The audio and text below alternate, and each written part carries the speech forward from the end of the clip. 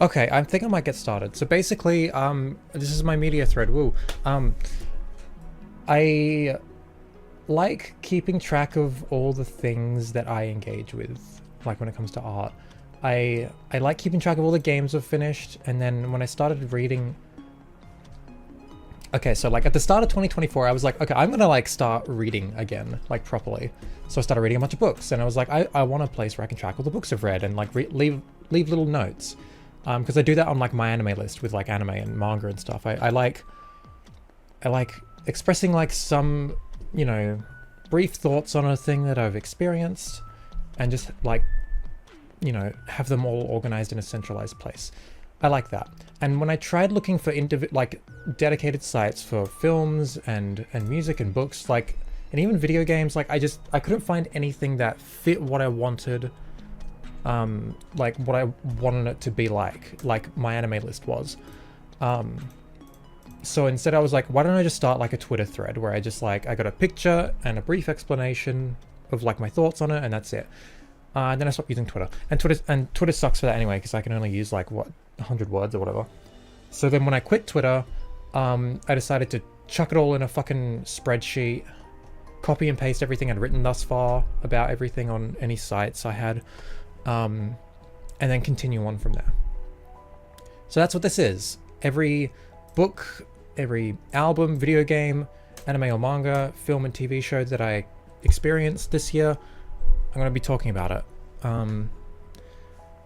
Be warned, there's a lot, 90 in all, which I don't think is like a lot, but it's a lot to get through in a stream. I don't know how long this is going to be, but hopefully I want to be able to play the new Jack 1 level after this. So stick around for that, I guess. Yeah, I have a few of the things here physically, so if I do have it physically, I'll kind of show it, I guess. Ow. And I spent like 2 hours getting all the pictures for it.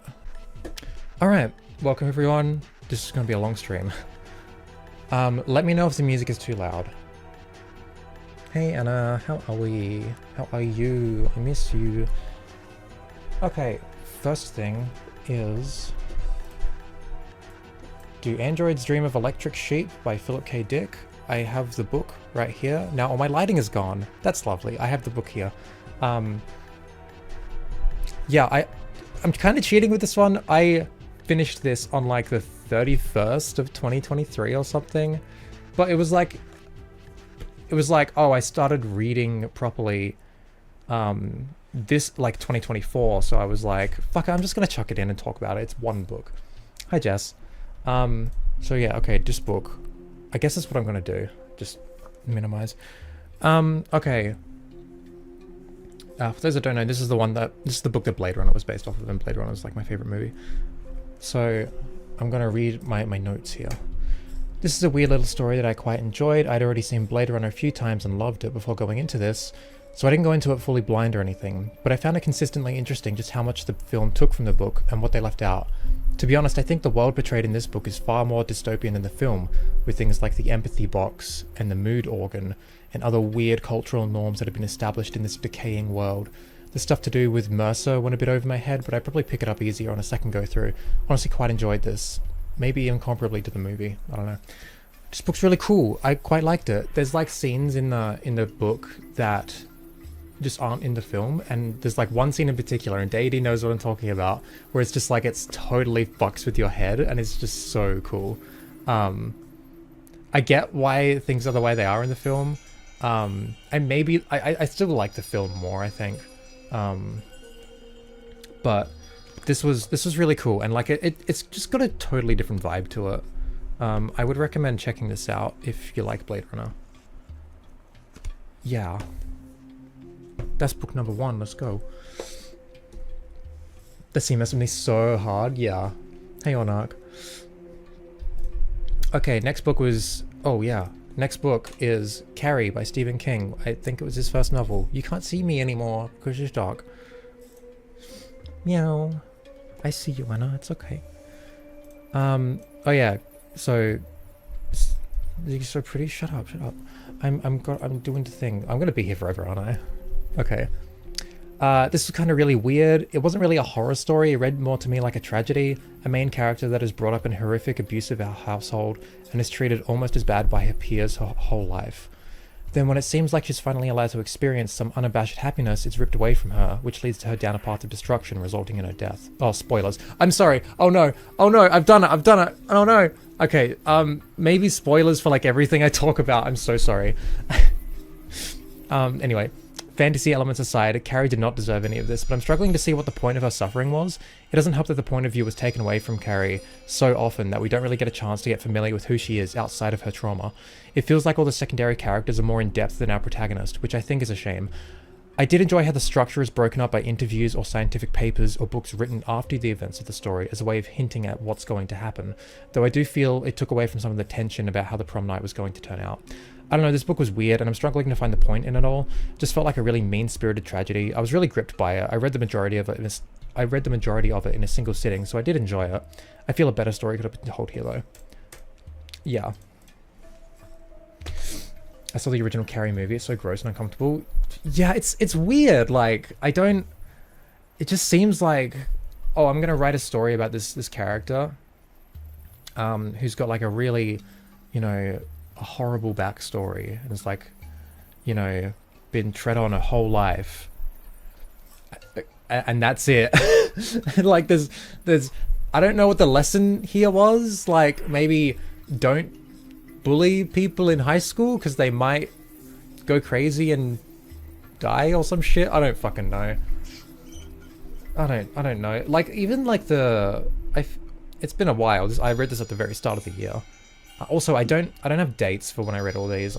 When I did all of these, I'm going to for this year's media thread, but I don't even like the tone of the book was just like sort of indifferent to Carrie's suffering. Just kind of matter of fact about it.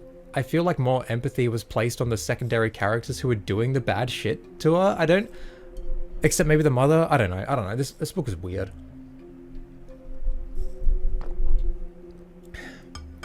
Religious suppression is bad for lesbians? Maybe. I don't fucking know. I mean, it's his first book. I'll check out some other ones of his at some point. I've got a couple that are in my bookshelf that I borrowed from my brother, so. I was also doing a thing at the start of the year, which I haven't done lately, because I don't know. I have this compilation of all of Edgar Allan Poe's short stories and poems and like all of his works collected in a fucking like 1,000-page book. And what I was doing was in between each book that I read, I would read a short story. I read a couple of them. So I don't think they're in release order either. I don't know what order they're in. Oh, sorry, Jem. It's gonna take 3 hours at least. Probably more actually. Zeke is peak, whatever. No. Anyway, so this is one of the stories I read. Adventure of Hans Pfaall, Edgar Allan Poe. Zeke is always ignoring me. Shut up. No. Fuck you. A recounted tale of a man's trip to the moon via balloon. I found a subtle sadness to it. All, in that his initial plan to suicide led him to embark on such an adventure that no matter the. I'm skipping the. I'm sorry. I keep forgetting. There's like a thing for it. Basically, like, yeah, there's this guy, he was like gonna kill himself, but he's like, I want to go to the moon, so he builds a balloon as his means of killing himself, I guess. It's I don't know, yeah, like it sounds stupid like how I described it just then, but like reading it, it's like, damn. I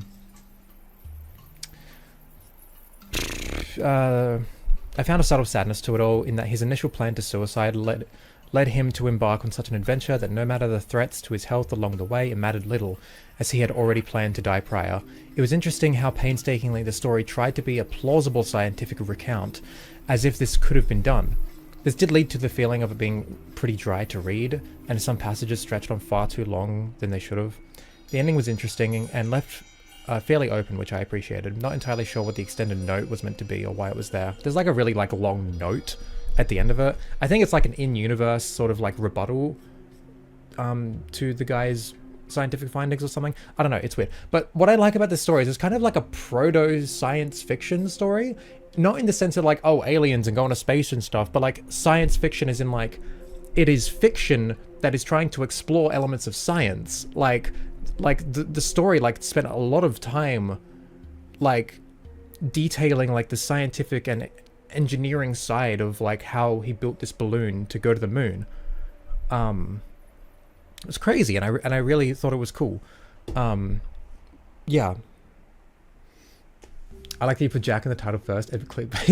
People watch you talk for 3 hours. That was the intent. Yeah, I'm not sorry. Okay, Blind Faith by Ben Elton is a book I did not finish, but I had a lot of fucking thoughts on it because it was so fucking bad. I'm not going to read all of this. If you want, you can read it all. It's a bad book. It's really dumb. It's basically like if 1984 was written by like a whiny conservative. I guess. I don't know. I don't know. It's fucking weird. I don't even think Ben Elton is a conservative. He's just... I don't know. I ranted about it when I was reading it on stream like months ago. You can watch that if you want. I'm a lot less pretty then, so I don't recommend it, but... Oh yeah, here's the cover. Alright, next one. Kina, Bridge of Spirits. Hey, a video game. This one I didn't write extensive thoughts on, I just took notes, which I did only for a couple things here. I guess I'll read some of them. Not super vibing with the tone of this one. Voice acting isn't great, a lot of overacting. The score needs to chill the fuck out. Every single scene has these huge orchestral sweeps when absolutely nothing of interest is happening. Not just in the cutscenes, but like even during gameplay. Like there'll be this jingle that'll happen whenever you unlock something or do something to progress every time, trying to make it sound as if every little thing you do is the most magical thing in the world. So far, not really invested in the story. I don't know, I don't really know what the plot is so far. We're kind of just helping spirits pass on so we can progress. But I don't know why exactly we need to get to the mountain shrine. Kina as a character is really bland. Maybe we'll learn more about her later, but so far I know literally nothing about her other than her father was also a spirit person thing. Can't remember the name. Update, you don't. 1984 is written by a conservative, describes literally all of conservative fiction. That's so true. You can read all this if you like. I'm not going to go through all of it. But I'll read this part, I guess. All these notes were taken after my first play session, and the updates were made after beating the game. Notes to make after finishing it. The way you accumulate rot, who are always with you, is kind of cool. Like I think I unlocked over 60, and I think all of them were with me when I spawn, or am doing tasks with them. Feels like you're making progress with this touch. I did really like that. It's a nice little touch. Boss fights are all pretty solid. Final boss is actually pretty cool. Trials can be fun. There's like challenges you can do. The in-game music has some nice tunes aside from the issues I said previously. Overall, the game is fine. A really polished experience, which doesn't overstay its welcome, but doesn't do anything especially bad. It's nothing special either, and I just don't vibe with the tone the story is going for. I didn't like it much. Next, am I cutting off text? I'm only doing it for the big ones, there's not many of them. Jumping Flash, 1999. This game is really cool. It was like a really early PS1 game. Like a first-person 3D platformer, which is wild. And you wouldn't think it'd work, especially with like the original PS1 controller, how like it only had the D-pad to move around and stuff, but it plays really well and it's actually really fun. So this game is so sick, really fun arcadey platformer. The controls are obviously of its time being a first-person game without analog sticks, but it honestly controls a lot better than you'd think. The whole art style is really cool, really colorful and zany. The music slaps as well, especially the end of stage jingle, so catchy. Combat is surprisingly fun, especially in the boss fights. Pretty short, beat it in 2 sittings, maybe 3 hours total. Really fun game, yeah. What about Mind Thrust to get your hand on that? I forgot about that. Oh my god. I'm glad someone's keeping me in check. No, I did not get my hands on Mind Thrust. Sorry to say.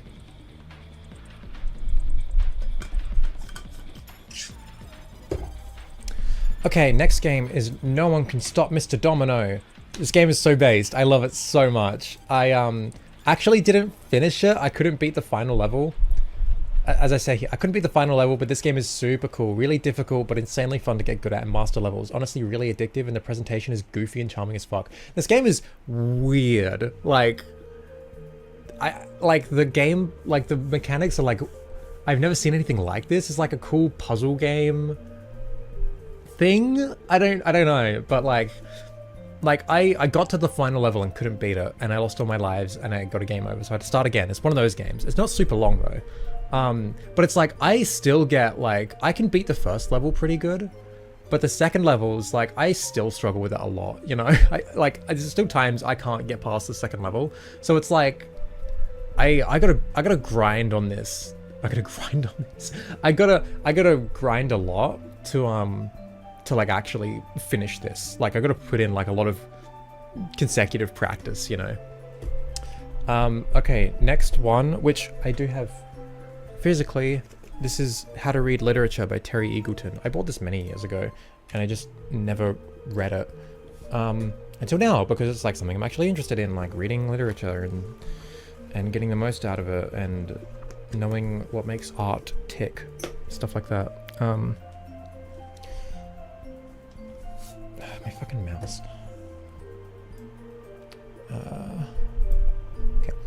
A bit of an odd book. I bought it years ago because I wanted to gain a better grasp on how to critically engage with media. I kind of wanted some practical advice, but there was little. There's a lot of instances of using a piece, a poem for example, and breaking it down through criticism, but it never really goes into how to develop that eye for criticism. There's a specific point when talking about the value in literature and the different standards proposed throughout the ages for how to judge a work. Most of the propositions were kind of bullshit, and the book points that out and why, but ultimately settled on, quote, we have I don't know if this is actually a quote, but it ultimately settled on, we have standards for what constitutes quality, and that's how we determine if a work is good. But it never goes into what those standards are, how to critically look for those standards, or even question if those standards are just in the first place, nor explain the origin for holding these standards. Felt kind of undercooked. There's also some issues with every chapter feeling like it could go on forever, but they just end at an arbitrary point, not really a broader narrative to the book, even ends really weird. I don't know, I feel like the only thing I've gained from this is realizing how little I know about the finer details of literature and writing as a whole, I guess. Which I guess is necessary if I want to gain a better understanding, but I feel this is the opposite of what the book wanted to achieve. It was fine though, I guess. Yeah, pretty much. Oh man, this is gonna take a while. I hope I don't lose my voice at the end of this like I did when I did like that stream where I ranked every game I own or whatever. I guess I gotta pace myself. Alright. Next is The Gold Bug by Edgar Allan Poe. Again, I was like reading one of his short stories in between each book I read. I quite like this one actually. Putting aside the obvious racism on display, oh yeah. This was written in 1843. One of the main characters has a slave, so that's kind of not good, right? But I guess though, like, it doesn't really like, it kind of just says it matter of factly, it doesn't really comment on it, or like, I actually, I can't remember. No, never mind. No, the way that slave is like characterized is like really racist. Oh yeah, that's right. Okay, never mind. I'm gonna continue.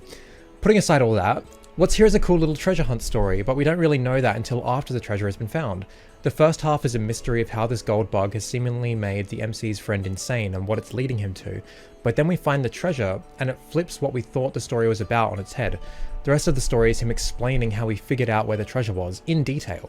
It kind of feels like a murder mystery in that you know the outcome of the scenario, but you're intrigued by the steps that led to the outcome, and reading through this was quite gripping. I like how in these couple stories I've read, Poe really likes over-explaining things, leaving no detail excluded, which I kind of like. It's not all the time though, he knows when to go in depth. I find his style and prose to be quite engaging as well, not super dense and hard to read, but also not boring at all. Enjoying his work so far. Yeah, that one was kind of cool, I kind of liked it. Microsoft Excel, I'm scared, me too. I want to spruce it up for this year's one, but I don't really know how to use this software, but whatever. Okay, next one is One Shot. I love this game. Oh, Nico was my avatar for months because it's such a cute little game. Next one, a notepad, yeah. Poe was the first murder mystery author, I believe. Oh, really? That's interesting. That's cool. Okay, one shot. This game's really cool. Okay, I only finished it once. I didn't finish the second playthrough, but I got to get my thoughts down before I forget them. Super cute game. Absolutely love the art style, and the color choices are so striking. I love these sort of simple puzzle adventure games. You kind of just explore these cool bite-sized environments and solve basic puzzles to progress. The writing is super charming. Nico is so cute. The meta stuff is really cool. It could come across as a gimmick to some, but the fact that Nico can speak to you makes it somewhat unique, IMO. The ending legit had me tearing up. It was so tough. The music was also super atmospheric. Really, the whole game is. I will revisit this. I absolutely loved it. I can't wait to go back and revisit that. Next is 1984 by George Orwell, and I don't know if I want to read all of this. There's a lot. You can read it if you like. I really liked it.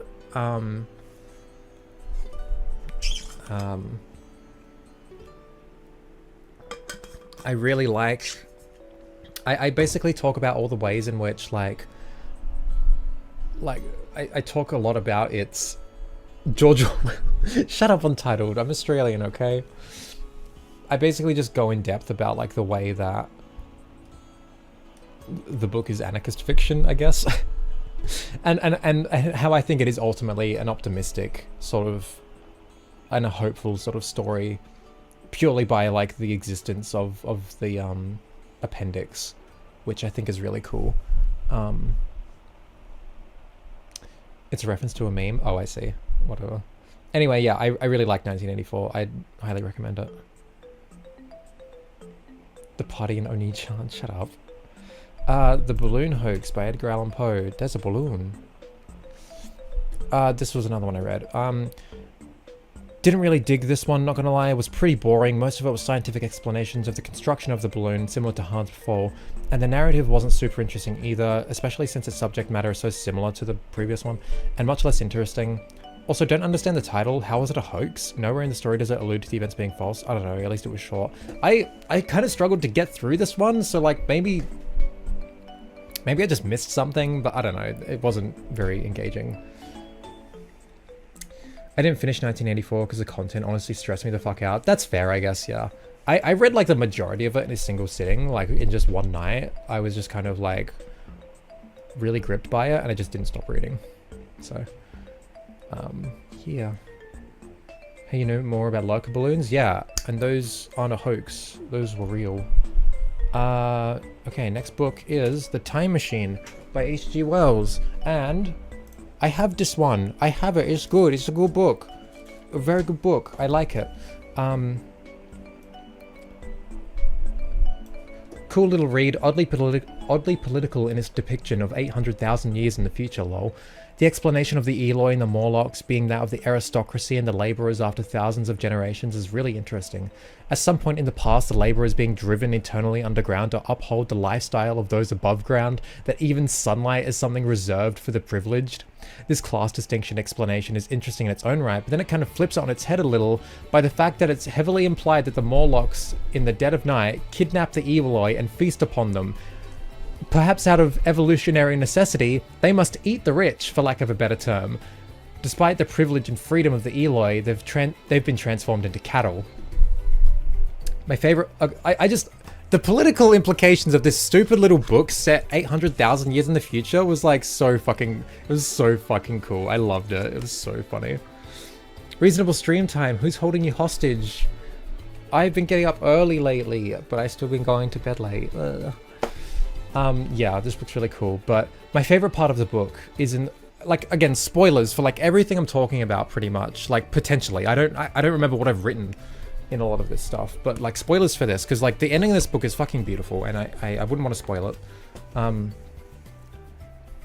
My favorite part of the book is the final few chapters when he finally gets back to the time machine and goes millions of years into the future to witness the fate of the Earth. It was so interesting, so vivid, so tragic. It got me really existential. Like, what's this all for?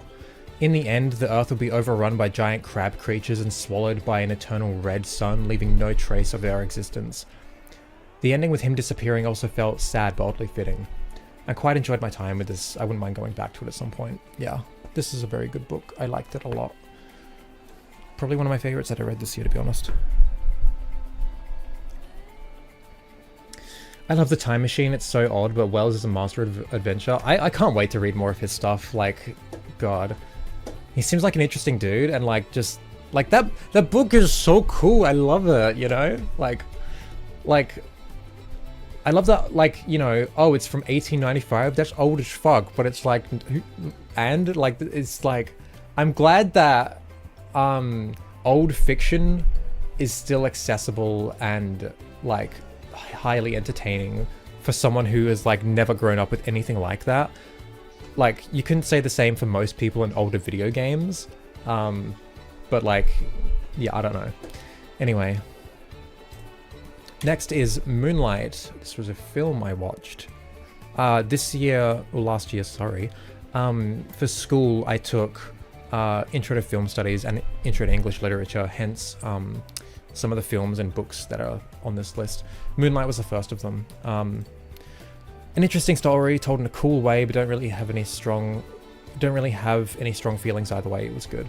This is at the point where I started doing this on Twitter, hence the really short explanations for this.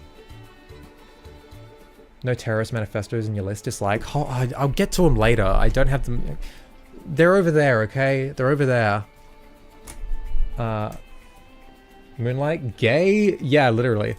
I did quite like it. It was a really visceral film at times, actually. And we explored like how, like, you know, the filmmaking techniques, like how they use different film grades for like each section of the film to give like a specific feel, and I thought that was really cool. Like, we talked a lot about stuff like that. The film itself is like, it's good, yeah. I don't have like a lot to say on it though. Zeke, have you read the Anarchist Cookbook? I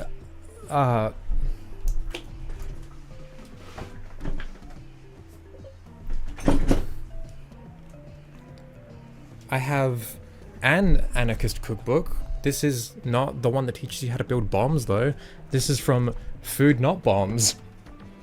I've read like pieces of it. It's really cool though. It's got a lot of like, hey, this is what anarchism is. This is how it has been viewed historically and contemporarily, and here's how you do it. Here's how you use it, and like, here's a bunch of vegan recipes that you can cook for like a lot of people because it's a cookbook, you know. There's actual like yeah, it's good. Yeah. Swimming scene gives me chills, yeah. They're over there, points to Jack merch collection. Yeah. Anarchist Cookbook is not that good for improvised munitions. Check the US improvised munitions manual for the army. Yeah. No, the like original Anarchist Cookbook, it's like, it's whatever. It's got nothing to do with anarchism. Anyway. Yeah, that's Moonlight. Next is Futari Escape. I have it too. I have the manga. It's really cute. I have all 4 volumes, but I thought I'd just get the first volume out. It's basically like it's a little girls' love story about like the main character. Her. She's like a manga artist who's like totally overworked and always stressing about work. And her girlfriend is like unemployed and just like chills and hangs out all day. Misread is Futanari. Oh my fucking no. And she's like, hey, let's go like goof off. And she's like, okay. And then they goof off, and it's really cute and wholesome and just like really chill. And I like it a lot. It's super cute. Yeah, I love it. Love it. What did I write? Super cute and chill time. Senpai is so adorable. I love her so much. Do kind of wish I spaced out reading it. I read it all in one sitting. Might return to it in the future when I try to escape my own work. Yeah.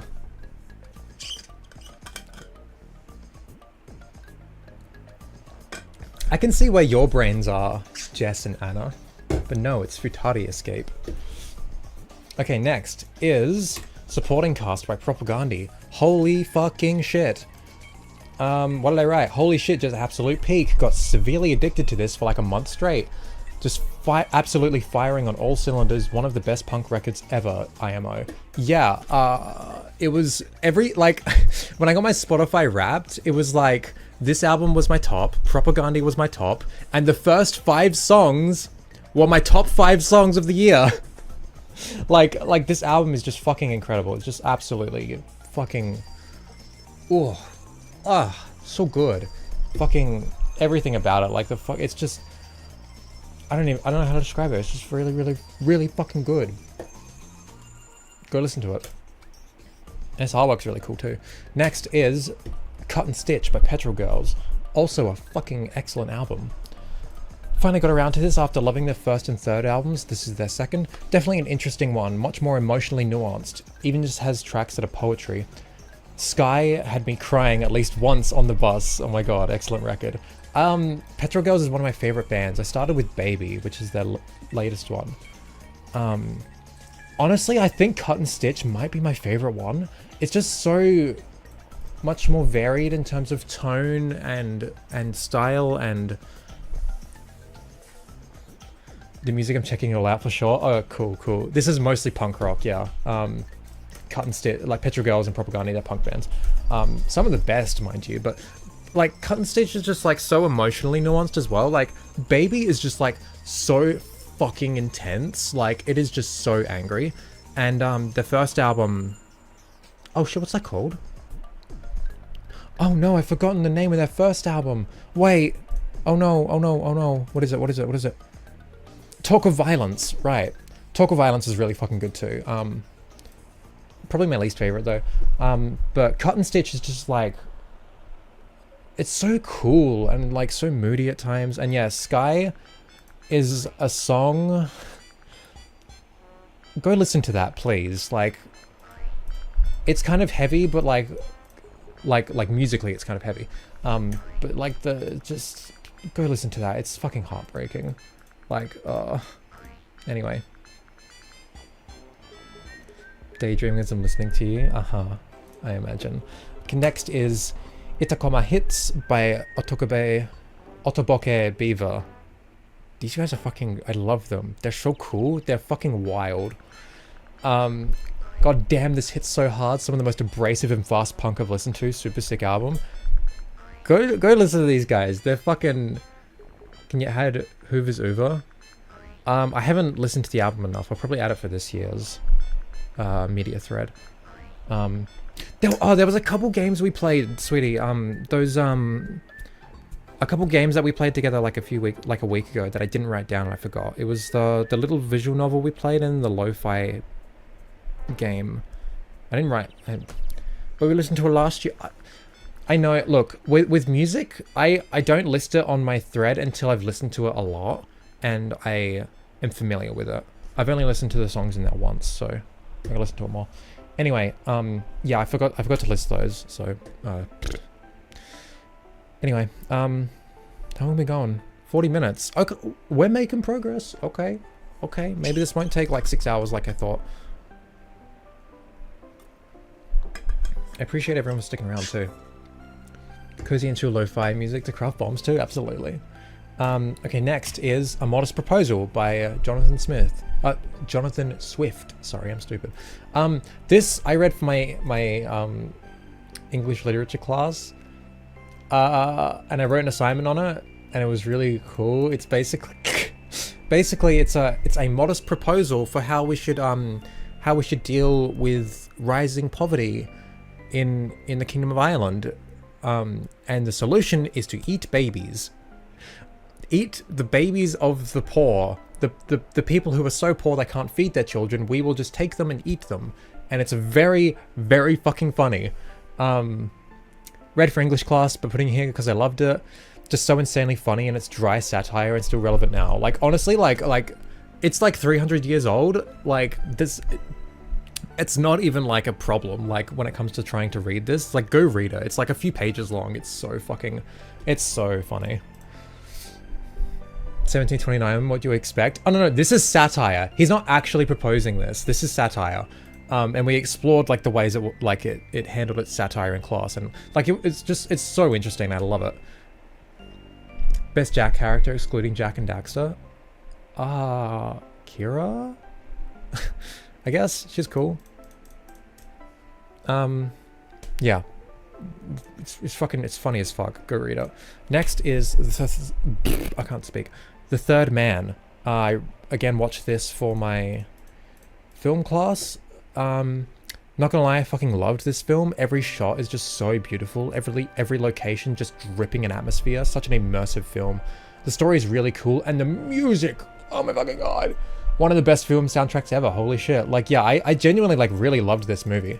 Who is the second man? I guess the protagonist? I don't know. I can't remember. It's been a while. Hey, AppRap. It was funny, too, because I remember when discussing this in class, my teacher was like, oh, you know, I haven't... been teaching this course for a while. I haven't had anyone go like, oh yeah, Third Man, love that one. But I loved it. Oh, it was just so, it's such a fucking cool movie. It's the one movie that I watched. Oh, I didn't actually finish watching all of the films. I didn't watch the final few. I probably should at some point. But it's the one that I watched that like really stuck with me out of everything I watched for that class. I really enjoyed it. Yeah, next is Dusklands by J.M. Katsur. Read this for English, and I do have a copy. This is a weird book. Basically, it's split into two halves. Two separate stories. The first story is about a guy working as a something. What is he? The first one is called the Vietnam Project. It's about a researcher investigating US propaganda and psychological warfare in Vietnam. And his journey into fucking whatever goes places. He's a whack. He's whack. And then the second story is called The Narrative of Jacobus Katsur.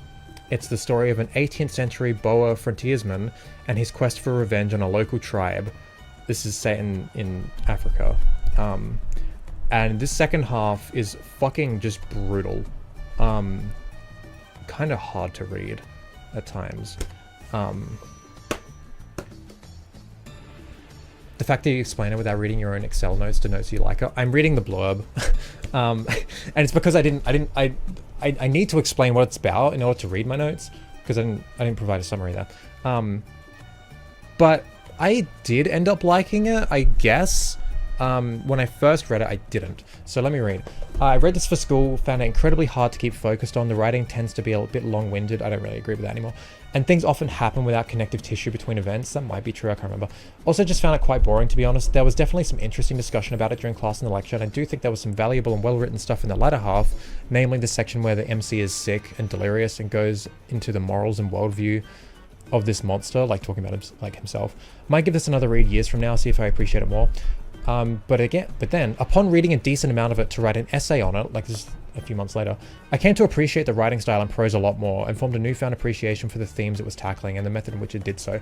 It's a very interesting book. It's one of those books where it's like, you don't read it for like, oh, I'm going to read this for pleasure because I want to know the events of the story. Like, you read this to like, this is a very like political book. Like, especially given the time it was written, like 1974, and half of it is about, like, you know, Vietnam, and that was like a thing, you know. It's interesting, very interesting. I see that you're playing Half-Life, Anna. Nice. Anyway, it's an interesting book. There's that. Have I read any fantasy literature? Not since I was a kid. None of the stuff on here is really fantasy, I don't think, except for like the sci-fi stuff. Next is Battleship Potemkin. Fucking 1925 Soviet film. It's interesting, it's cool. An interesting and ambitious film, dragged on a bit at the end, but that middle portion is super cool and engaging. Again, like such a short summary. It's really like a brutal film. Like even like, you know, with the film theory stuff we talked about, like Eisenstein, like the director, like he's like, you know, what did he say? Like, I want to use like a sinner fist, like I want to punch through to the audience through film, like really fucking impact them, you know. Yeah, this film is really interesting. That middle section,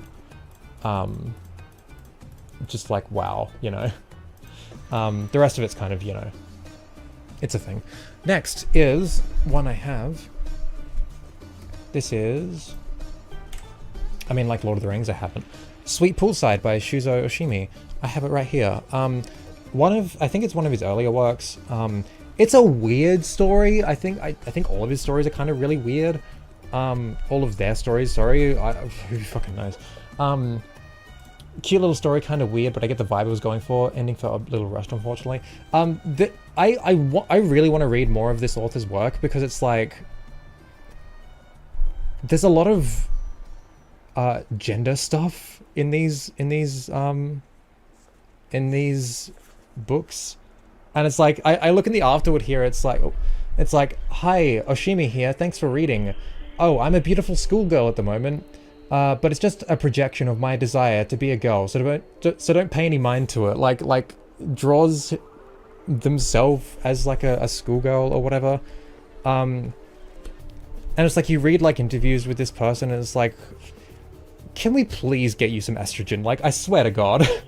And it kind of comes out in their work, so I hear. Yeah. It's interesting. I did like this. It's very weird though. Yeah. Next is Slap by Chumbawamba. Probably my least favorite I've listened to thus far of Chumbawamba's albums. It's like the 4th album, but still really enjoyable. The songs are really repetitive in a cool jammy sort of way. Pretty much every musical passage is insanely catchy, so they get away with it. Chumbawamba is a really interesting band. They started as like a hardcore punk band in the 80s, and then like slowly like they did like every fucking genre of music. This is like a dance album, I guess. It's really cool. I didn't dig it very much at first, but the more I listened to it, the more I was like, damn, like everything in this is just so catchy, you know. But yeah, it's a good album.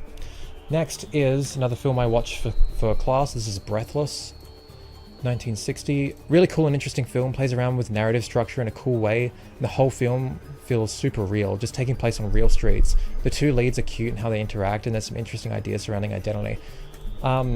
There's a lot more I could talk about if I watched it again. There's a lot of interesting things at play here. It's a very interesting film.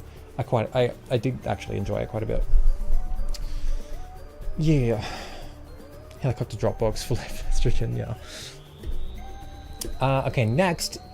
The next few films are the ones that we watched in class, covering Alfred Hitchcock. So the next one is Shadow of a Doubt. This was, I think, my favorite one that I watched out of the ones we watched of his. Honestly, a really tense film to sit through. The performance is really stellar and the plot is captivating. Again, it's so little. I wrote so little. This film's really cool and like really... It's really tense and like sinister and just fucking... It's a really cool film. I do wish I had more to say. I want to watch it again. I'm gonna try and blitz through the next lot. Next is Rear Window, another of his. This one's really cool, actually. Honestly, super cool film. Really gets the most out of its such a limited premise. Seriously, I want this to be a video game. The whole time I was watching it, I was like, this could be a really cool video game because it's like a murder mystery. But the plot is like, the main character is bedridden, because he's broken his leg or whatever. So he just kind of sits in his apartment and looks out the window at all his neighbors through their windows and all the events that happen throughout like a few days or whatever. So like the film is like very like in terms of like location and setting and stuff, it's very like restricted. It's like in this one space and it never leaves it. But like it really gets the most out of that, and I think it's really cool.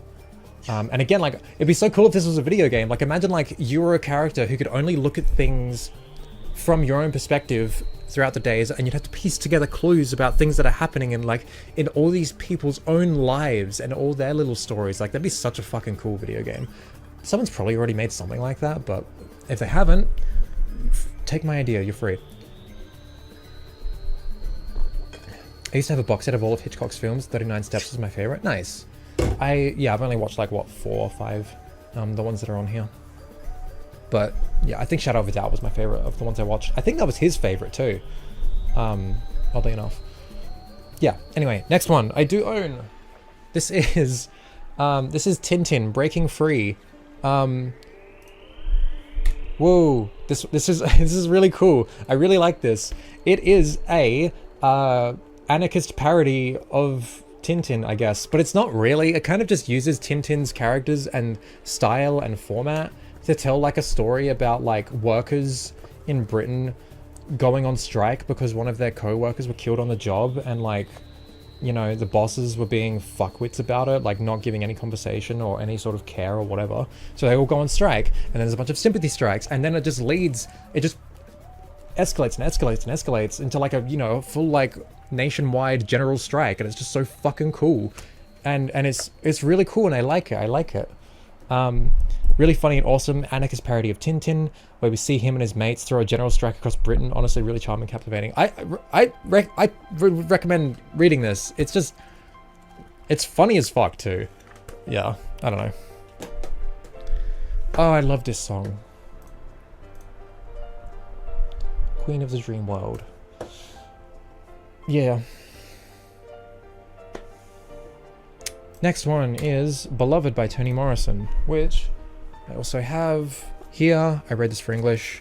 This was probably the most difficult book to read that I read all year. In a lot of ways. Tintin literally just fell into public domain. Sort of, I think there's some caveats to that, but yeah. This book is like a lot. God, this was fucking difficult to get through. The subject matter is extremely dark, and the structure is hard to keep up with considering my faulty brain, which I fixed. Whoa, I think I took my pills today. Yeah, I did.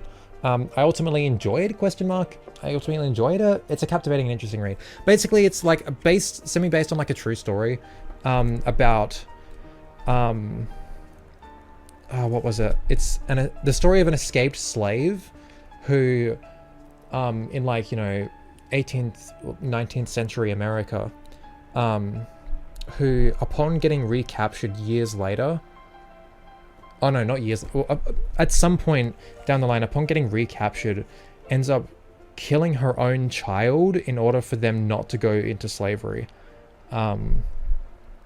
Which, like, that was a thing that happened. And then this book is kind of takes that and turns it into like a story about like the cycles of trauma, and it's fucking hard to read. Like, again, like, it's very, very dark, but also just like the way it does that, it like constantly is like circling back in terms of like the timeline of the events of the characters and stuff, and it's kind of hard to keep up with sometimes, especially when I do have a stupid brain who can't always pay attention. But I did ultimately get through it, and it was interesting, but I feel like I didn't get everything out of it. I think there's a lot here I just went over my head and I didn't fully grasp. But like rereading this, like, that is a task and a half, so maybe one day in the far future, but it was interesting. Okay, next is Vertigo, another Hitchcock film. I think this one might have been my least favorite I watched, maybe? First half was captivating, second half was super uncomfortable, ending was hilarious. Honestly, a really weird movie. I think the second half would feel more earned if the romance in the first half wasn't so forced and weird. Yeah, that's the thing that kind of got me about it. I still think it was a good movie. It's just like, I think there was some cool trippy sequences, and yeah, it was weird. I don't know. I guess I just don't understand how this film was consistently rated like the greatest film of all time by film critics. I don't know. I don't know. But I do feel like when it comes to like films and stuff, especially when I was going through film class, I was mainly looking at them and judging them based on narrative. I was a little bit on like the filmmaking and cinematography and all that. I was trying at least. But that's not really what I was, you know, I don't know. I'm still not very much a film head. Vertigo is one of the best shot films of all time. Yeah, case in point, like I guess I didn't appreciate it on that level. as much as other people, because I just don't have the knowledge there, you know? At least not much. But yeah. Look forward to when they make Tintin a slash... when they make a slasher film about Tintin, yeah. I want to try a lot harder this year with consuming media, but because the only things I can recall getting into last year was Jujutsu Kaisen, Ranma, Dandadan, and Kagurabachi, all shonens. I haven't heard of that last one. I want to read Ranma, yeah. But yeah, no, I get that too. I'm going to be talking a little bit about that at the end. Setting some goals, I guess. Light ones. I don't want to pull a Martian. But yeah. Okay, next is milk inside a bag of milk inside a bag of milk. This game is really cool. Really trippy and cool experience. The sound design is really dope and makes me feel so uneasy. Honestly, just give this a look. It's like 10 minutes long. Like seriously, give it a look. It's 10 minutes. It's free. You're not losing much. It's not much of a dedication. Go play it. It's on itch. Just fucking like unnerving and kind of it brings up feelings out of me that are just like, I don't know if I like that. You know, I don't know. It's a cool game.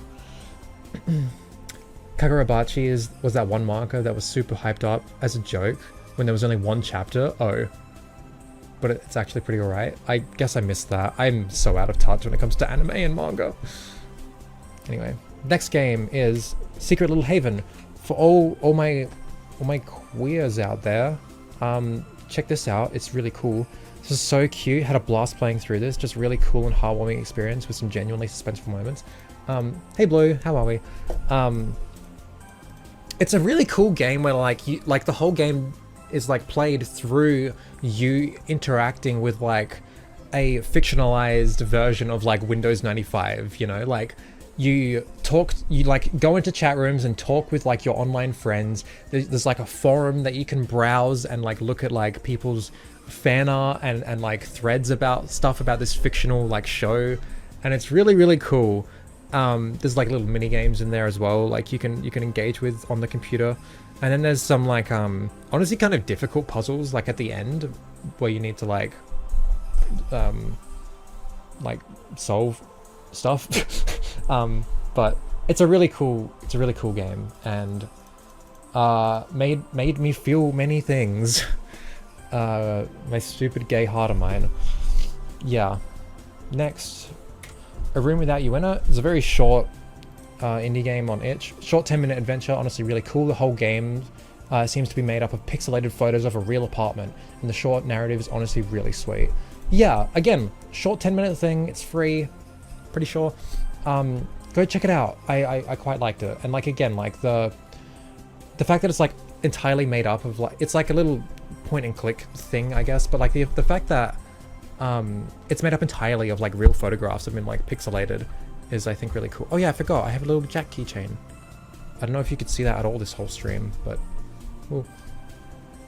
Anyway. Real question though, do you think the protagonist is schizophrenic in Milk Game or just dealing with her trauma in a really messed up way? I haven't played the second one, so there might be an answer, like an actual answer in there. So, but putting that aside, just talking about the first one, and like not talking about a literal lore perspective, but in the sense of like what it's trying to portray. Yeah, I don't know. I think what we're seeing through her eyes isn't representative of reality. But I don't think it's like a schizophrenic thing. I think it's more so just the game sort of showing how everything feels to her. You know what I mean? That's my my guess. Yeah. All right, next one. What are we at? 33. We're a third of the way there. Oh my god, we're a third of the way there. Okay, next is Psycho. Everyone knows this one. You know, the scene in the shower with the strings. First half was really engaging, second half felt a bit out of obligation, and the ending was pretty dumb, but the vibe and soundtrack were pretty stellar. Yeah, I love 60s transphobia.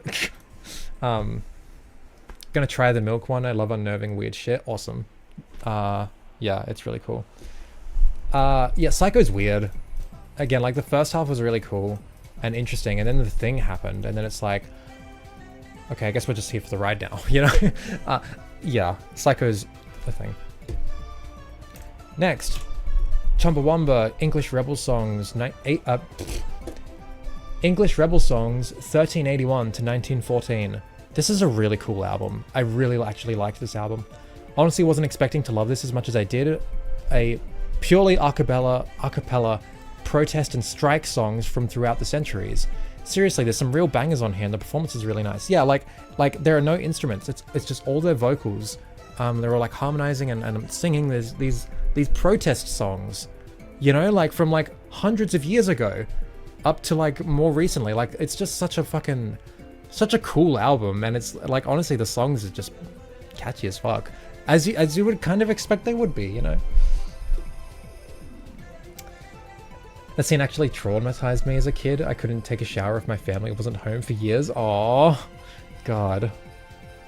Oh, God. Okay, hey, Anna, here's the next one. Here's Cyber Kids. With the power of the glove. This is a fucking weird series. It's like a yeah. It was like a kids show from like the mid-90s that never released or whatever. I don't know the specifics, but basically like it was lost media for a really long time, and now it's available again, and like a lot of the episodes like have like big subtitles on it saying like not for like public distribution or whatever, because I guess they were like early cuts of episodes or some shit. I don't know. This show is fucking weird. It aired in certain countries supposedly, mostly non-English speaking ones. Right, okay. Basically, it's about like a bunch of kids, and like really young kids, by the way, from like all over the world. Like these 4 kids, and they need to help this guy in another dimension or some shit, who's been captured by the bad guy Zorak, who's excellent, by the way. And they all get given these gloves and the power of the glove, and watch it. It's a fucking trip.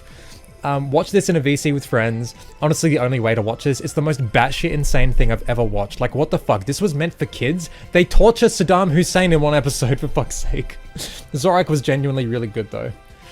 Holy computer chip. Yeah, like this... It's wild. It's so fucking funny. Yeah. Check it out. It's something, alright. Alright, next. This is Dyke Drama. Also, I'm a trans lesbian. I can say this slow as YouTube. Don't fucking... This is Dyke Drama. Tender Resignation. Sadie Switchblade, she was the singer of one of my favorite bands called Gloss, which was an all trans hardcore punk band. This is her solo stuff. I fucking love Gloss, so finally listening to Sadie's solo stuff has been awesome. Fucking love this record. Everything about it is so raw, with some genuinely pretty musical passages and catchy melodies. Yeah, I guess I'm just gonna go through all of her stuff, because the next one is Up Against the Bricks, which was like a full-length album which released the next year. Holy fuck, I've been obsessed with this album. It's so excellent. Everything I loved about the first release has been amplified. The raw production, the tender songwriting mixed with catchy punk riffs. A Zeke core album for sure, a new fave. It's one of my favorite albums. Just fucking beautiful, and I really, really, really, really fucking loved it. And then her third and final one was Hard New Pills, which is like an EP, I guess. Another excellent release, also her final one. A much angrier vibe starting this one, but ending on one of the most gut-wrenching songs I've listened to. Sadie hasn't released any music since this, which was 2018. So wherever she is, I hope she's doing okay. Yeah. Go listen to this stuff. It's fucking awesome. Just fucking sad queer vibes, you know? But like, also angry punk. But like it's not super aggressive, nowhere near as aggressive as Gloss. It's just so, I love it so much. Yeah. In a similar vein, next is Girl Angst by She, Her, Hers. Excellent folk punk album. This was her second one. God, just such an excellent album. So many songs just hit so incredibly close and hard. I love the raw production and simple instrumentation with harsh yet catchy vocals. Another new favorite. I really recommend this too. Yeah, Never Pass is a banger. Yeah, I love this album. Okay, next. It's Heart and Slash. A certain someone recommended this to me, and I played it, and it's fucking really, really cool and really cute, and I really liked it. Really awesome hack and slash roguelike. 3D like 3D hack and slash roguelike, not like a 2D one. Like, that was what surprised me. Music is boppy as fuck, the movement feels a little floaty, but it's fast paced and oddly precise. The combat is fun, and the overall loop is a lot of fun. The aesthetic was really cute and well done. Overall, just a super sick game. Yeah, like 10 hours long-ish to get the ending. A lot of fun. I recommend it. Player track? Oh god,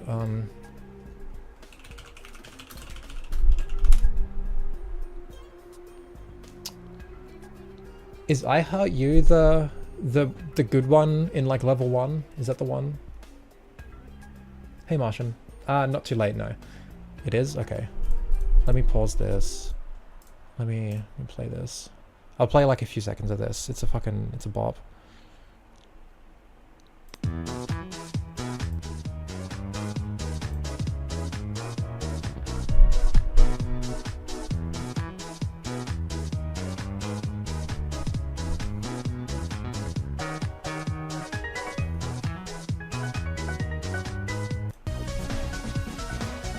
Yeah, it's so good.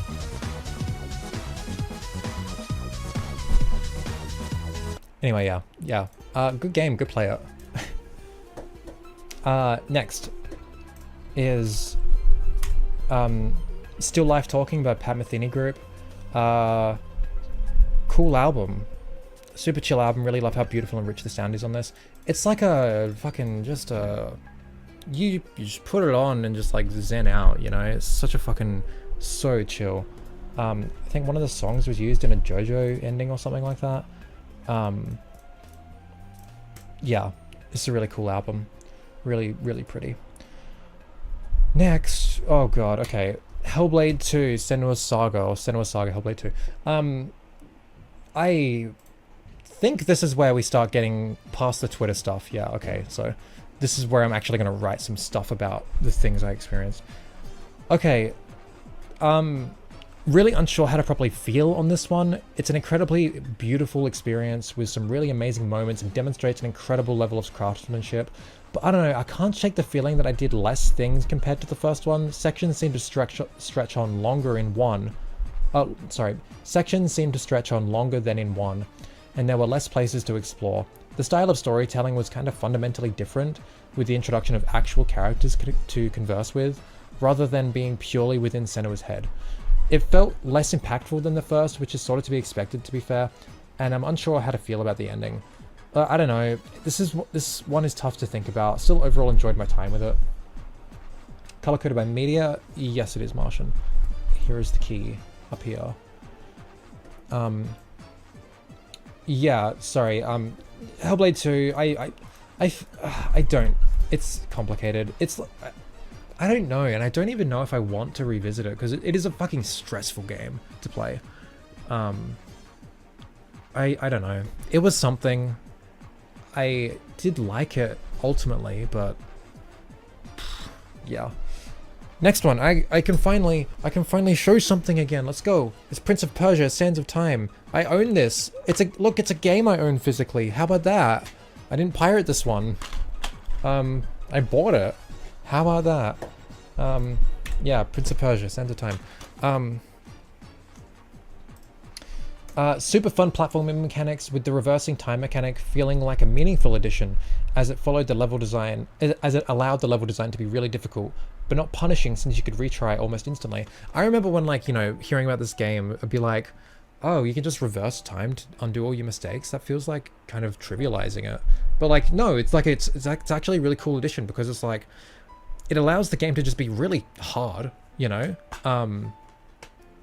If the time mechanic wasn't a thing, I feel like that would have made the game a lot easier, because it's like actually kind of difficult.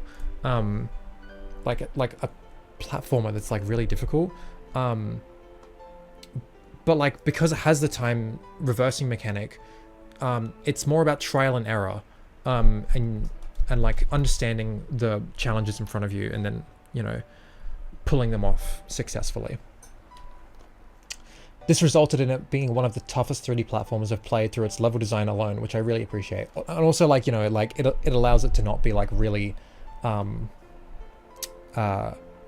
really frustrating to play, because like you fuck up a jump and it's like, oh, I can just reverse time. Of course, this isn't like this is a resource. You have to like manage it. You can't just infinitely reverse time and undo mistakes. But Braid took inspiration on that. Good games both. I need to play that, yeah. The combat though, God, this was a slog. You could tell that the combat encounters were almost purely for padding's sake, because you'll walk into a room and spend 5 minutes fighting copy-pasted enemies that just keep spawning. The combat itself is just meh. It's incredibly easy to get looped by the enemies, dying in like 5 seconds, being unable to do anything, and conversely, there's a few moves that you can just spam and win easily. Just kind of a bore, which sucks. The writing is also laughably bad, but whatever. Cool ass game. Yeah, I feel like if this was an indie game, it wouldn't have had combat. It would have just let the platforming mechanics that are truly excellent shine on its own. The combat is just so fucking... Ugh. Like there's some stuff to it, but it's just fucking... Like literally, like you walk into like a big room and then it'll be like, okay, now you can't do anything or go anywhere because you have to fight all the enemies that spawn. And it's like, they're just the same enemies over and over again that just keep popping into existence, and you kill them and they pop into existence and over and over and over again for ages, to the point where it's just like, oh, is this like a scripted encounter where it's got like infinitely respawning enemies? But no, there's just that many enemies, and it's like, this didn't need to be in the game. Like, ugh. Anyway, it's a cool game and I liked it. Next, again, I could say the slow YouTube. This is Tranny by Laura Jane Grace, who is the singer of Against Me, a punk band, I guess, who is transgender, and she's really cool. It was a cool read. Really enjoyable read. Haven't really listened to a ton of her music, but it was a really cool read regardless. Yeah, it's cool too, because like a lot of it is made up of like her journal entries that, like, she started journaling when she was like a teenager and just like has never stopped. So like there's so many points in this book where you're reading entries from like those periods of time. And yeah, it's a cool read, I guess. I'm not super familiar with a ton of her music. I've really only listened to the one album.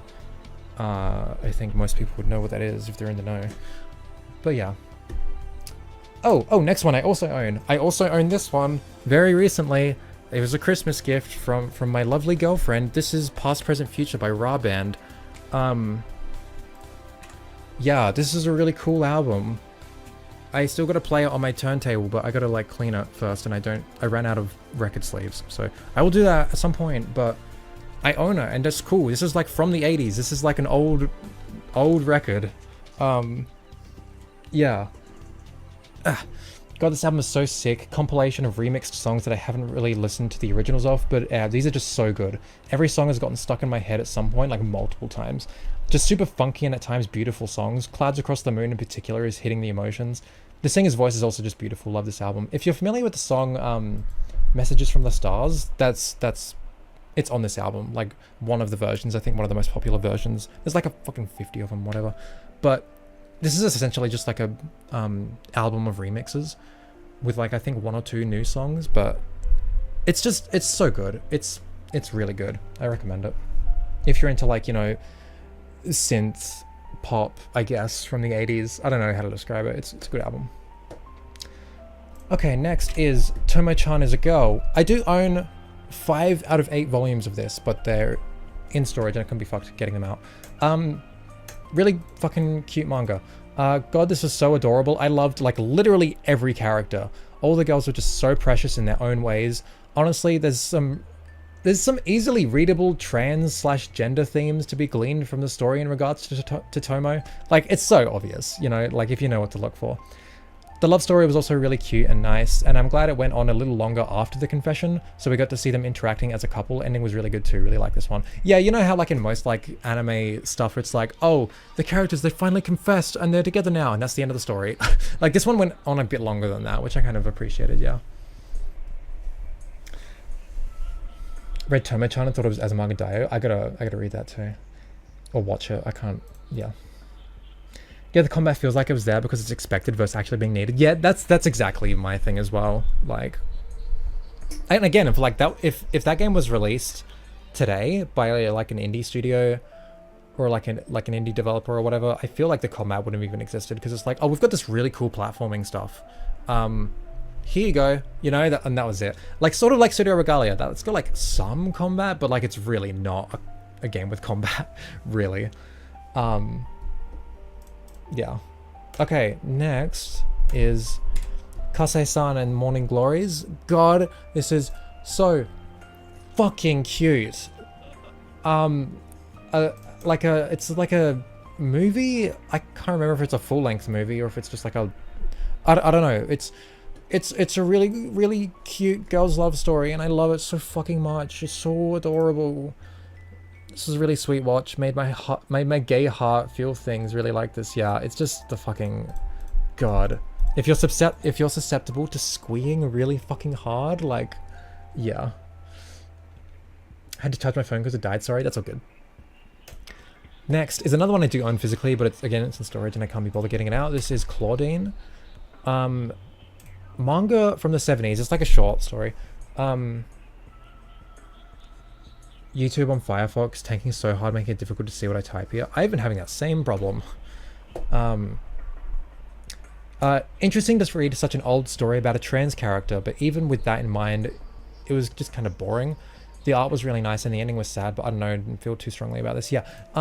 Yeah, this was about a trans mask character in a manga from 1978, which is kind of interesting in its own right, but... And like, it wasn't like... I think it was like they did a pretty decent job with it too. Like, it didn't feel super disrespectful. It felt not, obviously like not perfect representation or whatever. Like, but I don't know. I think it was pretty good considering the circumstances. But yeah, the story was just kind of whatever, I guess. Oh, I love this song. Oh. Meh. Anyway, next. Oh, this one's really cute. This is a little game called Refresh. You play as like a cute little robot, and it's like a short 2-hour platformer.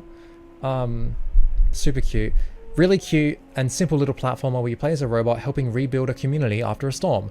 Super cute aesthetic and vibe. The platforming was simple but fun, with the ability to get a bunch of jump upgrades, which went kinda crazy. The robot you play as is super cute and has the ability to unlock a bunch of cute cosmetics to wear. The writing and all the NPCs were adorable as well. Just a super wholesome and cute game. Only lasted 2.5 hours. Cool game. I recommend it. I remember when you played it on stream. It was so cute. Yeah. I can't. Is it free or it's a couple bucks? I can't remember. It's very. It's yeah, very cheap. I'm pretty sure. I can't remember. Hi Nepu. Were you this into romance pre-transition too? When it comes to manga and stuff, primarily the stuff I read was like slice of life and like rom-com trash. So I guess, but Kase-san and Morning Glories is like, I think I was just I'm more susceptible to it now because I can actually like express emotions, which is fucking nice. Yeah.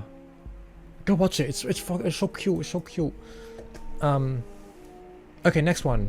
I own a few copies of it because I have it on CD and I have it on vinyl and it's signed and I can show you. Hold on. This is Grinspoon's whatever.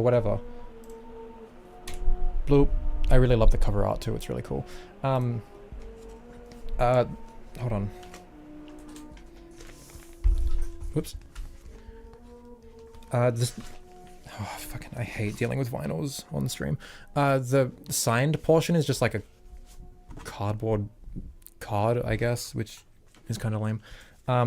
This is, wait, I should, hello. That's the cover. This, I'll skip this one because vocals are distracting. That's fine. Okay. This is a gatefold too, which is cool. Oh, like, oh, look at that artwork. It's so cool. Right? And then the vinyl comes in like this red case, which is neat. And then the vinyl is like a pure red, which is really cool. But yeah, Grinspoon's one of my favorite bands. Like, they're an Australian like hard rock grunge band, I guess, from the 90s. And this is their newest album that came out this year. And before this, their last album was in 2013, so 11 years. And that last album is one of my all-time favorites, and it's my favorite of theirs. So that's the one. So like going into this, I was very like skeptical. I was very worried that like what I was most worried about was that it would be an album that would primarily try and recreate or recapture their past glory, like of the first few albums, like that were super popular, instead of trying to do something new. That's what I was most worried about. Or it just being like a kind of by the numbers, whatever sort of album. But it's pretty good actually, and I'll read in a sec. Going to bed before YouTube tanks so hard that the stream becomes unwatchable. Good night, everyone. Okay, good night, AppRap. It was good to see you. But yeah, no, the album's really good. Was cautiously optimistic going into this and was pleasantly surprised at how great this album is. 12 years is a long time to wait between albums, so I was worried that they'd either deliver something mediocre or just do a callback album in a similar style to their most popular releases. Thankfully, this is something fresh from them, and the songwriting is diverse and interesting, yet still feels like Grinspoon.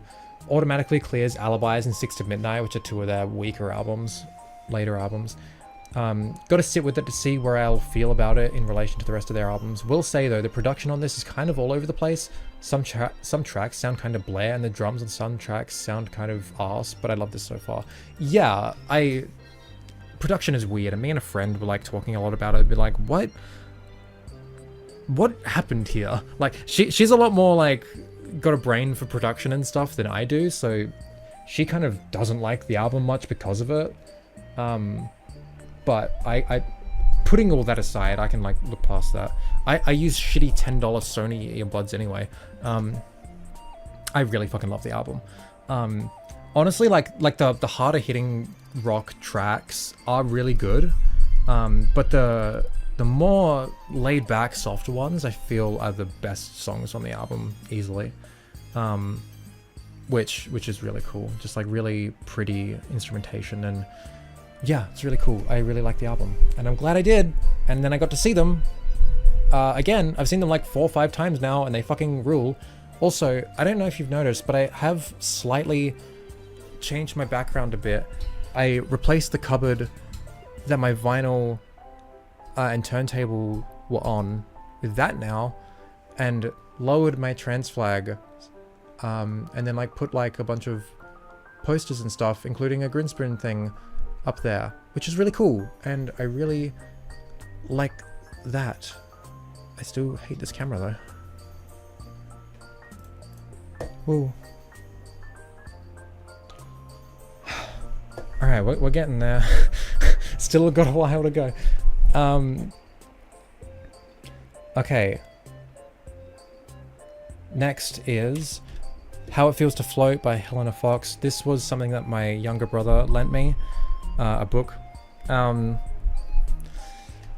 This was just kind of fine. The writing and prose was incredibly straightforward and unchallenging. This really feels like a 16-year-old wrote this, which I guess is a testament to the writer for properly portraying her main character through the text, but it just amounted to what felt like reading the writings of a teenager, which just wasn't very interesting.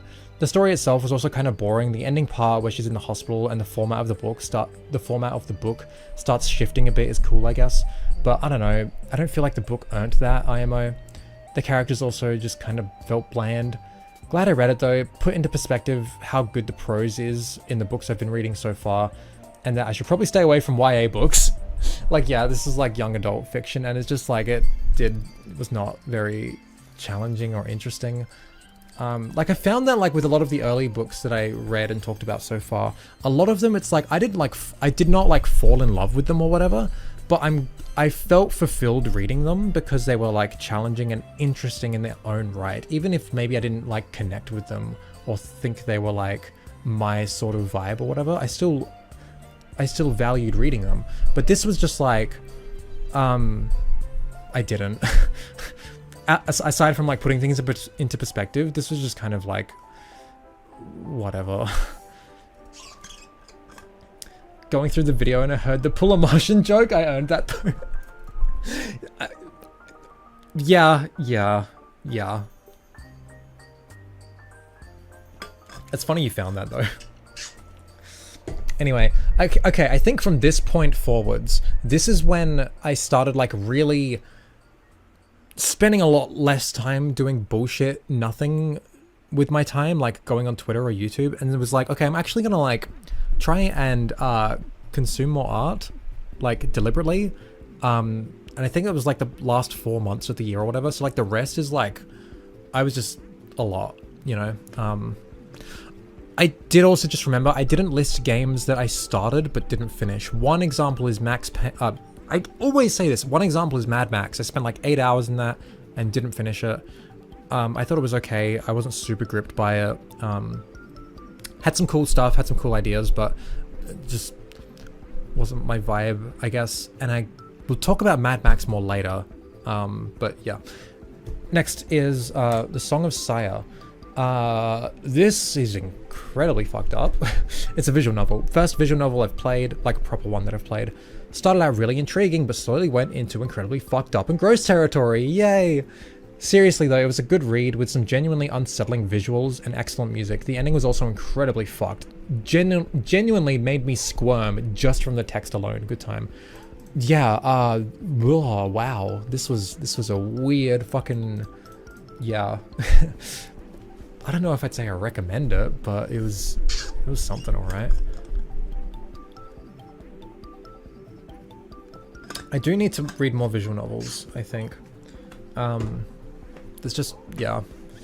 It's more reading though, you know? Sometimes they're longer than books, like, God. Anyway. Next is Pseudo-Regalia. What an excellent game. This game is so sick. Really awesome vibe and aesthetic that even though it's explicitly adopting that low poly PS1 art style, it also captures that style in its level and area design. Feels very Eco meets Dark Cloud with some PS1 JRPG vibes. The platforming is super fun. I really enjoyed the movement, though it's a bit simplistic at times. I know there's a lot of depth to the movement, but I don't know, like, I felt like the way the moves I was using to just get around really quick were like really simple to do, and more complex ones weren't worth the effort, so I don't know. But like going vertically, I guess, there's a lot more depth there, I guess, I don't know. The structure of the game is sick, being a 3D Metroidvania, and it was a lot of fun exploring all the new areas, committing them to memory and trying to map out where I haven't been yet once I got new movement abilities. And that's the thing, like it's a 3D platformer Metroidvania. The new moves you get are all platforming moves. So it's like when you get a new platforming move, it's like, oh, now I can like make this jump, and now I can go to this whole new area and explore, and that's really cool. There's like almost zero combat in the game, which is really cool, and I really like dig that. And what is there is like super simplistic. It's just kind of filler. So like Jak 1 actually. We can see the scroll bar next to the chat. Jak 1 gameplay, hope lost. Oh no. It only goes up to here. The rest is just there for some reason. So don't worry, it's fine. Only an hour and a half. We can do this. This will be fine. Hope restored. Yeah, exactly. Yeah, really enjoyed my time with this, even if it wasn't the most mind-blowing, innovative experience. I'm still looking for that next big jump for the genre, to be honest. And that's something I've talked about a few times, where it's like, I'm really loving, like, you know, the revival, I guess, of 3D platformers, thanks to the indie scene. But I still feel like so many of them are still just, what makes them cool, I guess, is that they're pulling from the past. It's like, oh, this is a platformer inspired by N64 games or PS1 games or whatever, and that's cool and that's fine, that's valid, and they have their place and everything. But I'm still waiting for the next Jak 2, you know, the next Ratchet and Clank, the next platformer that's actually like fully unique and of its own and does something new and innovates for the genre. And I feel like we still haven't seen that yet.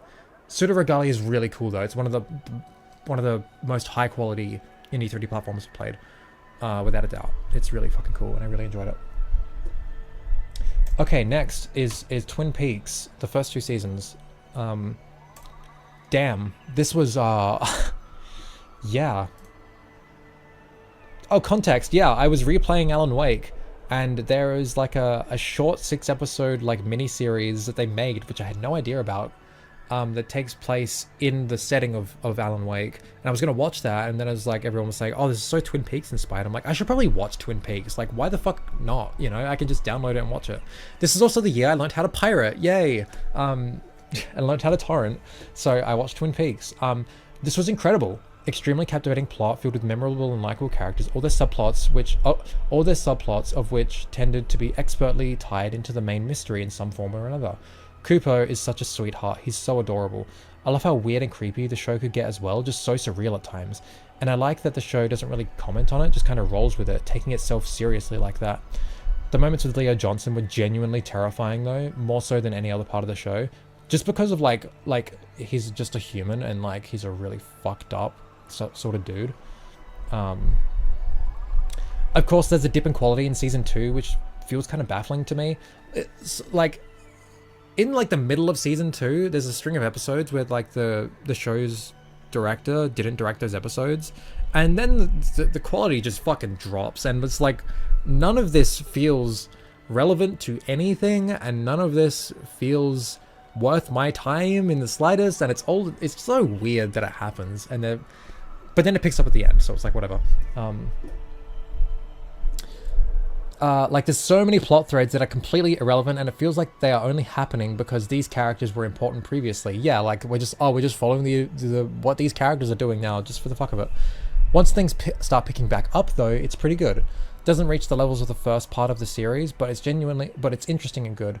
I wish all the series was able to spend more time developing the intricacies of this new mystery instead of focusing on irrelevant crap, because it was really going somewhere good. The final episode is amazing though, and the cliffhanger to leave it on was a fucking choice. Loved it. Though it still feels like there were unresolved plot points that were being introduced so late that it felt a little bit sloppy. Still great though, I'm really glad I watched this, yeah. Twin Peaks is like fucking built different. Jesus. There is, I didn't know about that either, about Alan Wake. I should check that out. Oh yeah, I still haven't looked at it yet. I only remembered it the other day. But yeah, like that's pretty cool, I think. I honestly think the 3D platforming genre stopped before it really stretched its wings, haven't really evolved past PS1 and 2, and I'm still waiting, you know. I want to get past this nostalgia era that we're in, where it's like, oh, we can make 3D platformers again because the AAA studios aren't doing that anymore, so let's just call back to the past. And it's like, no, like that's cool, I guess, but please, I want to see innovation. I want to see new things for the genre. Like there's so much we can do here, you know, and we haven't seen it yet. I just want something to be as cool as Jak 2. Is that so much to fucking ask? Anyway, Astrobot sucks. Yeah, season 2 got weird. Still haven't watched Firewalk with me. I guess I'll talk about that in a moment. As much as I like games like Ratchet and Jak, I do think the genre decided to evolve by changing the content instead of trying to build off the platforming aspect. Yeah, I guess, but it's like, I feel like, at least with Jak 2, like, all of the stuff that, like, it added was informed by platforming, physics, and gameplay, to a point where I feel like that's still wholeheartedly a 3D platformer. Ratchet 1 did that to some extent, but to a lesser extent than Jak 2, and then every other Ratchet game is just not doing that at all. So, yeah. Also Sly was also, like, really innovative, even though I don't really like them. Sly 2 and 3 were innovative at least. More games like that, please. Like, come on, I want cool narrative experiences in my Jumpy Wahoo games again, okay? Good thing I don't care about spoilers. I don't talk about it very much, so it's fine. Okay, next is Mad Max 2. I watched the first Mad Max film many years ago with my dad, and then I rewatched it, like, 2023, I think, or maybe it was last year. I don't actually remember. I rewatched it, and then I finally was like, okay, I'm gonna watch the other films. I like Studio Regalia because it built its evolution very well into the platforming. Yeah, I appreciate that about it too. That's what I really like. Anyway, yeah, Mad Max 2. This went so hard. I'm blown away at how well done the sets and practical effects are. It's a simplistic narrative, of course, but everything about it is just so dumb and cool that it makes up for a really fun watch. Mad Max 2 is just fucking peak. I'm still thinking about like some shots, like just like frames that are just so like, dude, that is so good. You know, like Zeke tapping into a heritage, yeah, for real. Mad Max 2 is just fucking awesome. I love the first Mad Max too. I love the first Mad Max movie as well. I know it's like different from the rest and it's not what you think of when you think of Mad Max. But like I love the first one, but like the second one as well is just so fucking damn. Mad Max 2 is good. Boiling hot take. Yeah, I'll get to my boiling hot takes later. Jesus. But yeah, Mad Max 2 is just fucking excellent. Fucking awesome film.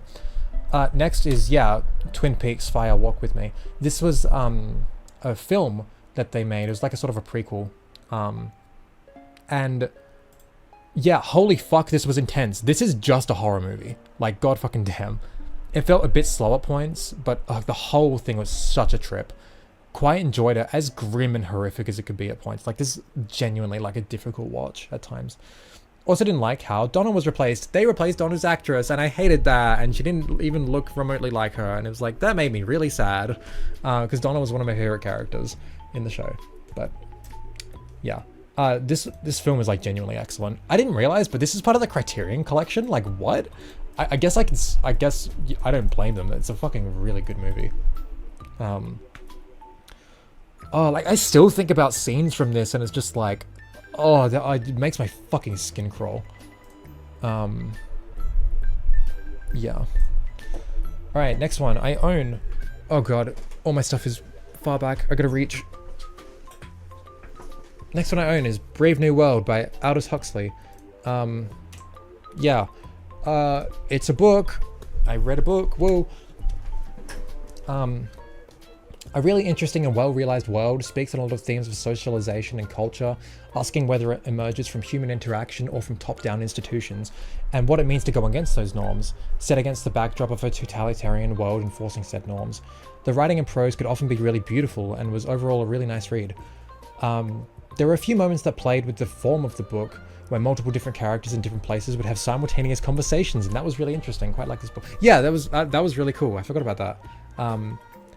Yeah, the setting of this book is fucking interesting, and like the ideas it plays around with is something. Yeah, interesting book. I recommend it. All right, back to things I don't own. Next is Mad Max 3: Beyond Thunderdome. This movie's fucking weird. Weird film. The first half was super cool and felt at home with the previous films, super detailed sets, beautiful cinematography, and a simple but compelling setup. The latter half felt completely out of place and only tenuously tied into the first half, which ended up feeling pointless. I also felt the returning flying character from 2 served no purpose, and was only included for the sake of it. Like the character he teams up with in the second one, he's just here for some reason. I also wasn't a fan of the film exploring more of the world before the apocalypse, showing a ruined city right at the end. I would have preferred leaving that to be inferred, further making the inclusion of the kids to be a poor inclusion IMO. When the film finally gets to a car chase towards the end, it's really good, and the vehicle design is super cool, very Jack 3. I still like Max as a character, and I liked seeing him just do stuff, but this overall felt like an unfocused film. This movie is fucking weird. Hey Requiem. Weird film, Lamau. Thunderdome holds a special place in my heart for being the first Mad Max I ever watched. That's fair, but it's weird. I don't like it very much. Like as a whole, you know, like there's things about it I do really like, but yeah. A J&D character writes a book. Who would you like it to be? I want to see Daxter write a book about about like romance and like how to get with the ladies, because that'd be the funniest fucking thing. I feel like the point of the second half is to show how the world is rebuilding and changing for the better. I don't I don't feel that at all. Yeah, I don't know. Road Warrior is better, but Thunderdome is fun. Thunderdome is fine, I guess. Just Anyway, next is Ghost in the Shell, the fucking 95 animated film. I have the manga on my shelf in like a hardcover. I started reading it earlier in the year, but didn't finish it. And I was just like, fuck, I'm just gonna watch the film. I know like they're very different, and the film skips a fuck ton of stuff, but fuck me, this is such a beautiful film. The art and animation is top-notch stuff. The soundtrack is so hauntingly beautiful, very Blade Runner. And the cinematography is just so inspired.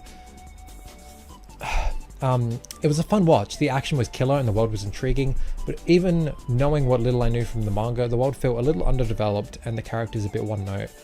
Though I feel a rewatch would help me appreciate things a lot more. Yeah. Pretty much, that's all I gotta say, I guess. It was cool, and I liked it. But I want to watch it again, definitely. Okay, Blue, if you're still here, is my fucking boiling takes. Mad Max Fury Road. Man, I don't know. This movie did not feel like Mad Max even slightly. I guess I got the superficial stuff down, gruff protag, car chases in a desert, etc. But man, everything I appreciated in the original films just isn't here. Max isn't characterized like himself at all. Everything is covered in a sheen of post-processing so it doesn't feel as real and visceral as it did before. And it overall felt too corporate compared to the dingy, rough as guts and grounded feel of the originals. On its own merits though, the plot is nothing special, but the action was really well done and exciting, though I feel I need to watch it again to try appreciating it on its own merits without focusing so much on how it feels at odds with the older movies. Yeah, that's pretty much how I feel. Like, I just feel like this is Mad Max in name and superficiality alone. I feel like the finer details of like Max as a character and sort of like that sort of stuff just wasn't here. I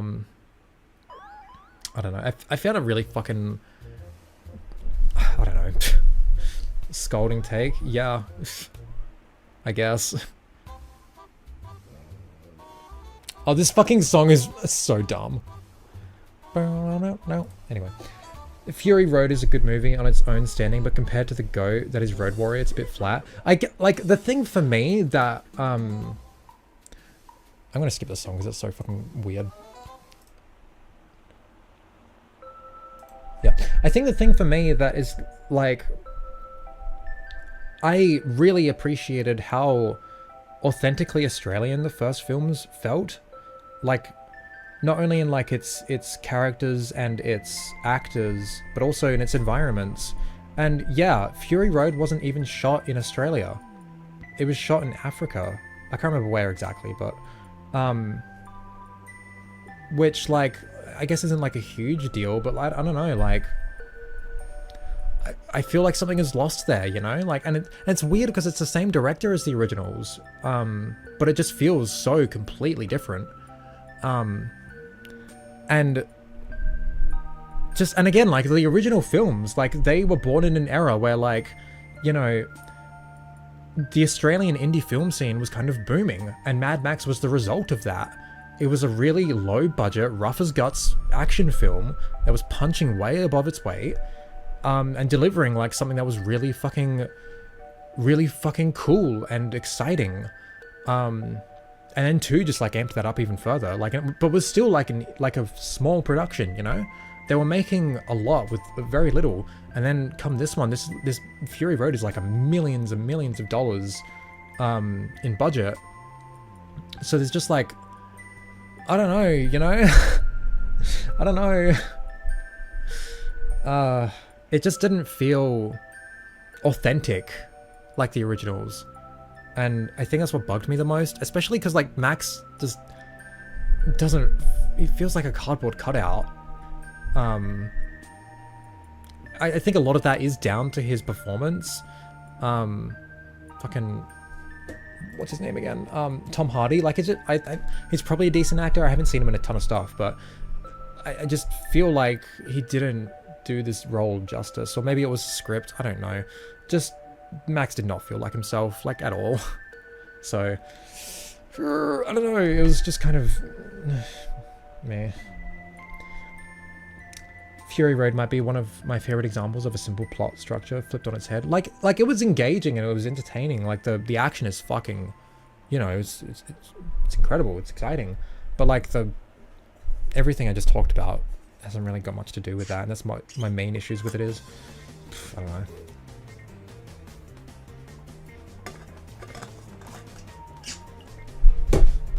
Anyway, next, I own. We got book. This is Foreverism by Grafton Tanner. I recommend this to like everyone. I kind of just want to buy this for like everyone I know that thinks with their head about stuff, pretty much. It's like really cheap. It's like 15 bucks.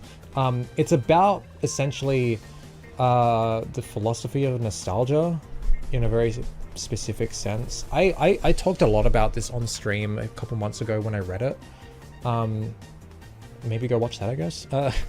Okay, not me then. Yeah, true. No, I'm joking.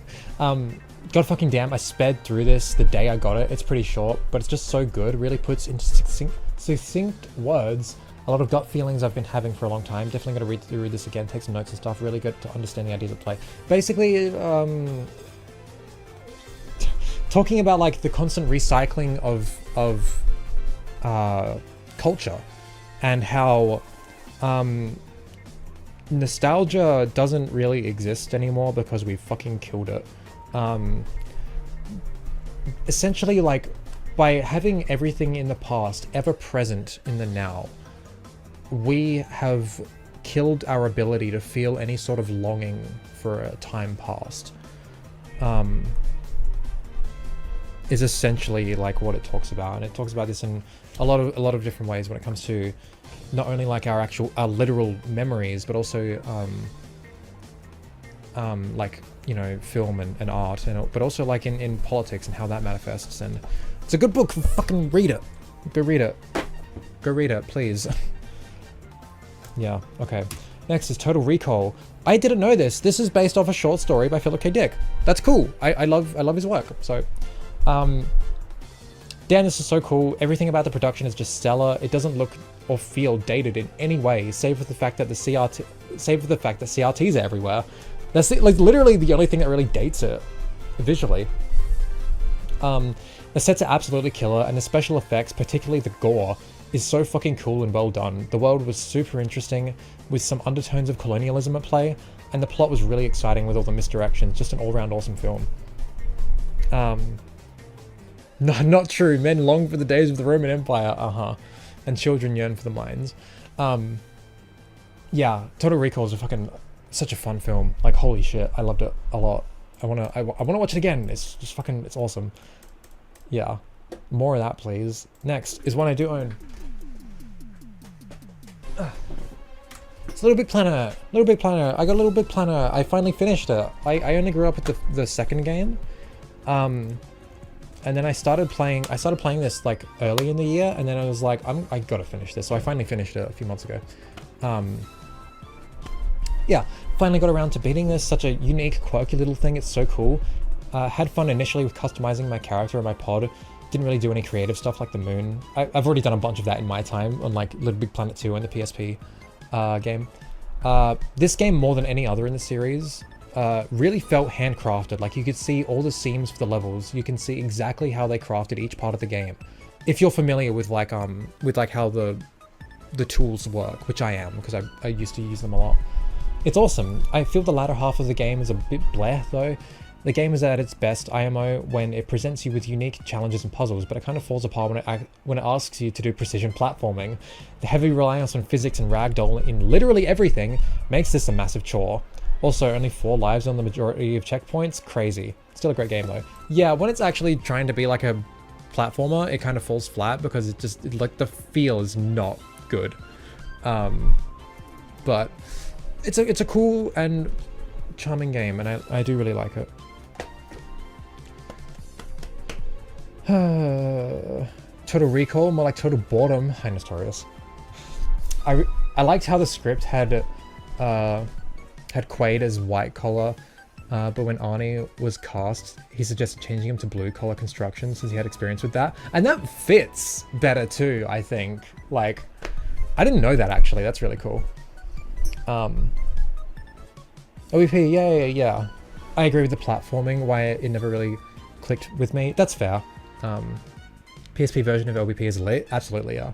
I played the fuck out of that. I still have my old saves and my old levels that I made on that. They're not very good. OP single player was the worst part of it. I guess, but I don't think it's bad. I just think when the game is focusing purely on platforming is when it's showing its weakness, but when it's focusing more on puzzle solving, and playing with the physics and stuff, that's when I think it's really fun. Like even in the single player. Yeah, anyway. Next is one I do own. Whoa. Because again, this was the year I was finally getting into propaganda, because, okay, up until this year, I had listened to the first 4 albums. I started listening to them the tail end of 2020, and I really wanted to take my time with each of their albums. I started with their second one, which is still one of my favorites. Then I listened to the first one, and it's fine. I don't like it a whole lot, but it's whatever. And then their third album is fucking incredible. I spent a lot of time with that, and then I started listening to their 4th album. I was like, this is good, I guess, but it didn't click with me a whole lot, and I spent maybe a year not even continuing to listen to their albums. But then this year, when I finally listened to Supporting Cast, I fucking loved it. And then I went back to their 4th one, Potemkin City Limits, and then ended up loving it a lot as well. And then we got to Failed States. What a fucking album. I initially, this was another one where I was like, I'm not sure I'm feeling this, at least compared to the previous ones. This one is kind of really heavy, leans a lot more into the metal influences, I think. But like, holy shit, the songwriting on display here, like, god damn, it is fucking incredible. Let me show you this is the remaster I've got here, but it's fine. Whoa, it's like a transparent purple with some swirls. That's really pretty. I like that.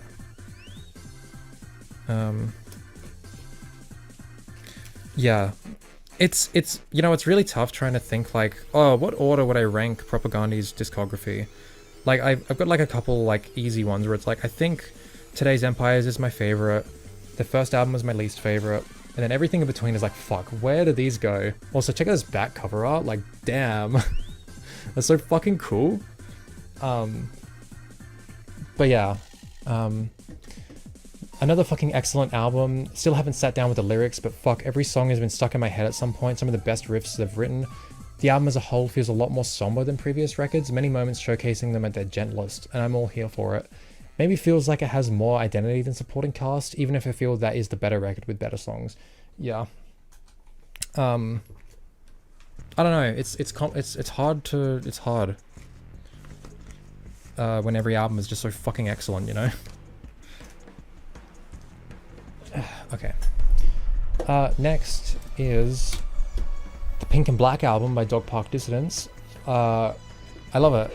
These guys are sick, like, gay as fuck, fucking, yeah, I love them. They're so good. A compilation of all songs they'd released up to that point through various EPs, and while I may favour the original versions of some of these tracks, this album still fucking kills. Just excellent songs all around, catchy and witty as fuck, and great energy.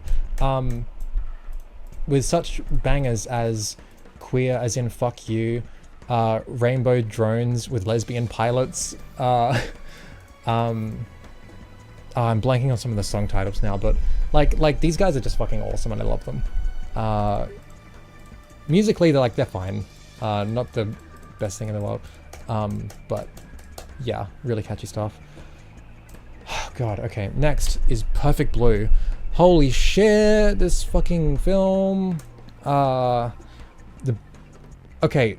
Don't listen to what I'm about to say if you haven't seen it. Go into it completely blind. I'm gonna... When you see the next thing, the next picture on screen, you can unmute my stream. The biggest headfuck of a viewing experience I've ever had. Holy shit, this was excellent. Probably one of my new favorites. Extremely uncomfortable to watch at times. Extremely beautiful at times. An expertly crafted film that had me losing my fucking mind at every turn. I legit almost started crying because it was so intense and disorientating. I started getting secondhand anxiety, which I'm not sure I've ever experienced in a piece of fiction, at least not for a long time. Masterpiece. Just fucking... Oh, Oh my god. Oh, it's so good. It's just so good. Wilder, the guy who made Perfect Blue, also made one of the sweetest, most heartfelt Christmas movies ever. I still gotta watch that, yeah, but yeah. Perfect Blue is good, tons of symbolism. Yeah, it's excellent. Okay, next. You can unmute now, because it's Alien. Alien's pretty cool. This was great. Super intense film, was constantly on the edge of my seat. The sets are incredible and feel extremely real and tangible. The special effects all around are stellar. Just really enjoyed this film. Yeah, so cool. It was such a good film. I really liked it. I just torrented Perfect Blue last week. Fuck yeah. Watch that shit. So good. Based Alien 1 lover. Yeah, it's still the only one I've seen. I've got the second one that I gotta watch as well, but yeah, this was fucking awesome. I loved it. And again, like, look how many films are here. I was watching a lot of films at this time, and I want to keep that going. Also, you'll notice there hasn't been any TV shows since Twin Peaks. And it's not to say I wasn't watching any. I have been. I just haven't finished it yet. I've been watching The Sopranos, and I'm up to the final season now. And I took a few breaks because I did want to watch something in between seasons and just never got around to that. But then I took a break between the final 2 seasons because that's when the PS2 game takes place. And and then I played it all in a single sitting the other day, and it's not very good. But now I can finally finish the show because I'm at the final season. But yeah, I watched the majority of The Sopranos this year, 2024, sorry. But I'm gonna finish it probably in the next couple weeks or whatever. Anyway, gotta get that out of the way. Next is The Fifth Element. I remember watching this a long time ago, but I didn't remember anything about it, hence why I wanted to rewatch it, and that's why it's listed here, even though I have seen it before. Okay, a little bit racist, a little bit homophobic, a little misogynistic, but it was okay. Lilu, like the main girl, has such a sick design, but outside of her being pretty and goals, she's literally a nothing character, purely exists as a literal plot device, and for the male protag to have a love interest based on literally nothing. Seriously, she only learns to speak a tiny bit of English at the 3rd act, and they have 0 conversations.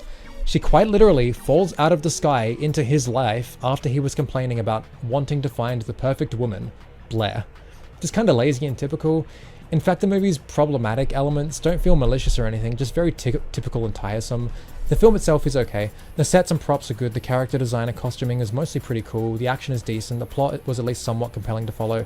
The world presented does feel incredibly undercooked. Like, there was little consideration for what the future would really look like, and kinda just did today's world, but more high-tech. Even though it hints at more dystopian elements, like Zorg seemingly having some sort of control over the police. I don't know, I just feel like they could have done more with the setting, because as is, it just feels like the story could have taken place in the present. I don't know, it was fine though, I guess. Lilu has cool hair, and the soundtrack at times is fire. Yeah. Didn't know you watched Fifth Element. Yeah, I think it's cool, but I do like it, but yeah. Came back a bit late, let's catch up. It's fine. Maybe I'm confusing movies? Maybe? If I remember, it's the same director who did Lucy, which I remember really liking when I was younger. I'd be interested in revisiting that. I know like the whole like premise is bullshit, like, oh, you only use 10% of your brain. What if you could use all of it? Like, I know that's bullshit, but for like a sci-fi action movie, like, I don't know. The Fifth Element isn't supposed to be dystopian, to be honest. It's kind of its own thing. No, I know, but like, there's like sort of hints of it with like how the police are like used in the film, and like the terrorist groups and stuff. Like, there's like hints of stuff there, but also like I feel like there was some economic things that it was hinting at, but didn't like really do anything with. I can't remember exactly. I know it's not supposed to be dystopian, but like it hints to it a little bit. I think my main problem was like, you know, we're in the future, and there's all this cool new stuff, but the film doesn't actually comment on any of it, or like its place in this world, or the implications, or what led to this, like nothing like that. It's just, it's today, but we have flying cars now, and there's aliens, I guess. That's kind of it. I don't know. Maybe I'm just spoiled by Blade Runner, I guess. I don't fucking know. It was a fun film. But, you know, yeah. Checked, and yeah, he started writing it at 16. What, the Fifth Element? Damn, okay. I guess that makes sense.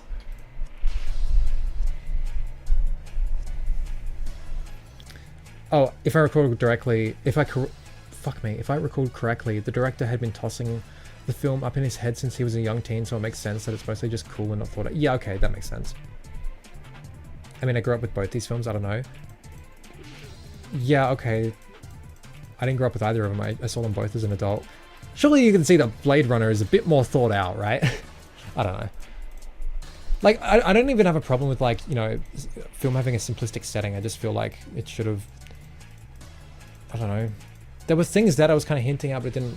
I don't know. It's a fine movie. It's fine. Anyway, next is a movie I did really like, actually. It's Darkman.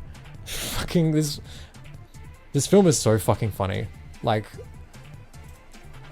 super cool film. If I didn't already know this was a Sam Raimi film, I would have been able to pick it a mile away. It's dripping in his style. Really fun story, great special effects, wild cinematography, and super campy. Ending was perfect, really loved it. This film was so fucking fun. Like, I'm not even like a huge fan of like Evil Dead 2, which is like, you know, like the big Raimi film. But like, I just like everything about this movie is just so fucking good. I loved it. Oh, God, we're nearly there. I swear to God, we're nearly there. We got like less than 20 things to go.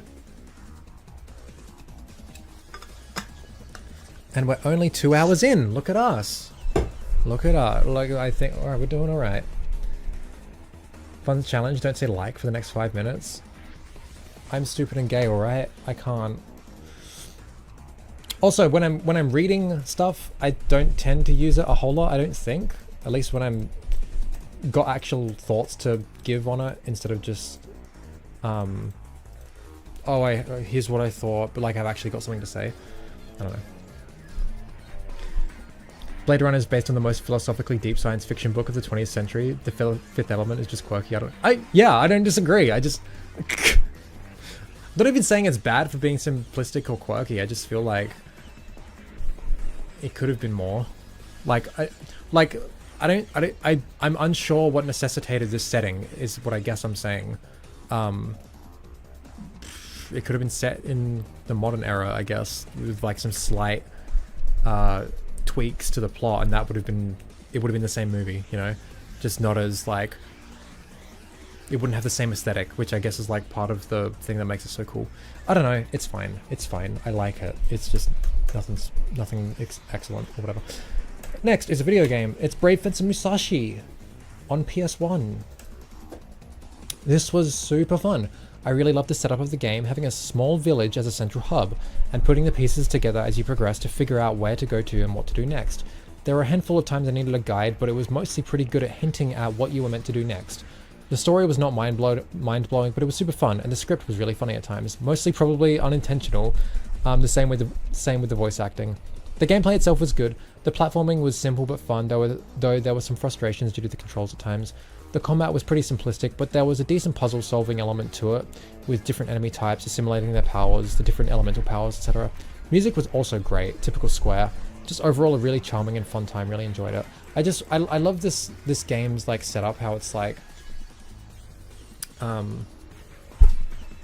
you have like a little village as your hub, and there's like little stores to go to buy, like, get gear and stuff, and you talk to all of the NPCs like they're all characters, and you talk to them about like everything that's going on, and sometimes the village gets attacked and you need to save it, and it's really cool, and it's really charming, and really like cozy, for lack of a better term. And then, like, you know, you go out to the outer levels to like figure out where to go, what to do, how to progress, and it's really fun, it's really cool, and I really liked my time with it. And it's got like a cool day-night system, and like this game is so cool. I'm really glad I played it. Yeah. I think it avoids being weirdo conspiracy brained by being in the future. I mean, it's literally Ancient Aliens meets Battlestar Galactica. I guess, I don't know, I'm not gonna... I think I've said all I can say about it. I still like the movie. Yeah, anyway, Brave Fencer Musashi is really fun, and I'm glad I played it. Oh, the ending level though was fucking hard as balls for no reason. I have no idea why. But yeah. Next, I own. Whoa. God damn it. Everything is. Oh no, I dropped it. Hold on.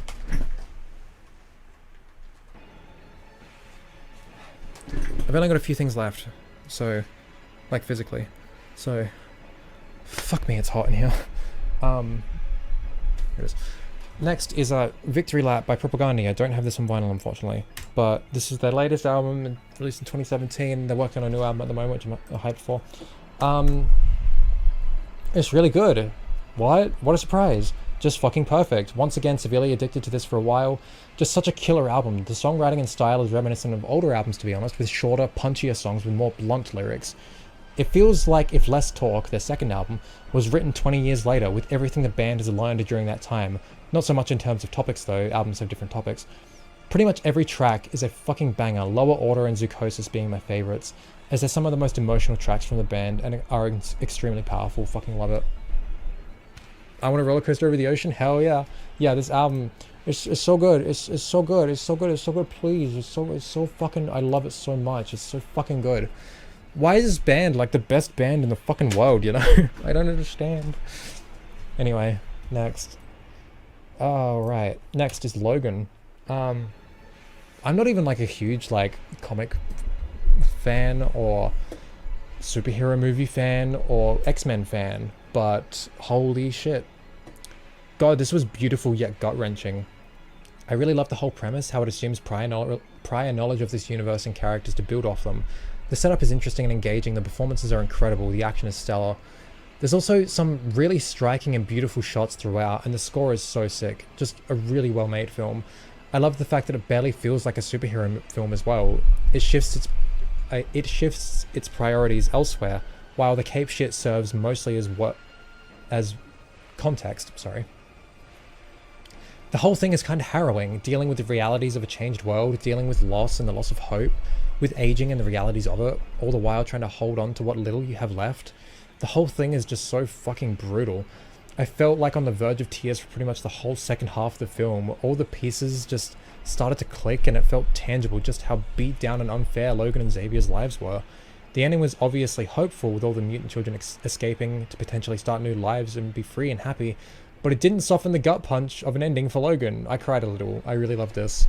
Yeah, fuck. Like, I did grow up watching some of those early X-Men films, and I knew a bit about like Wolverine as a character and stuff, so I wasn't like a total outsider when watching this. I had some sort of connection, but like, fuck.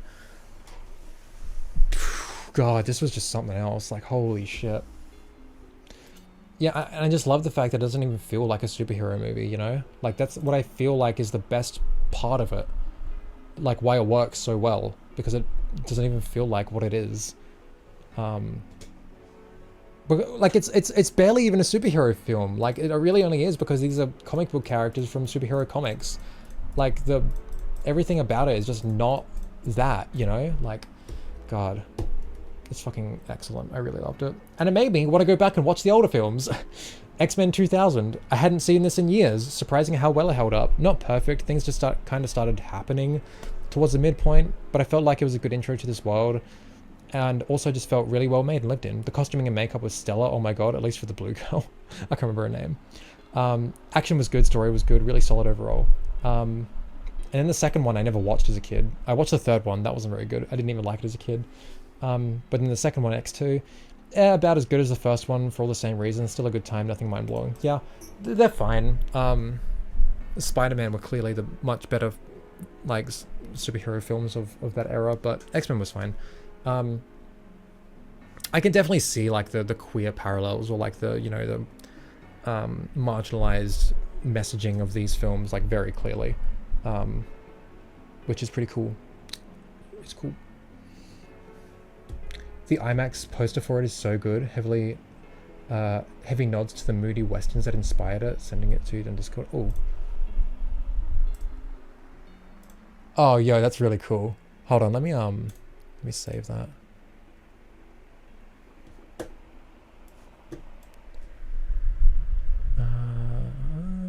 Where is it? Desktop.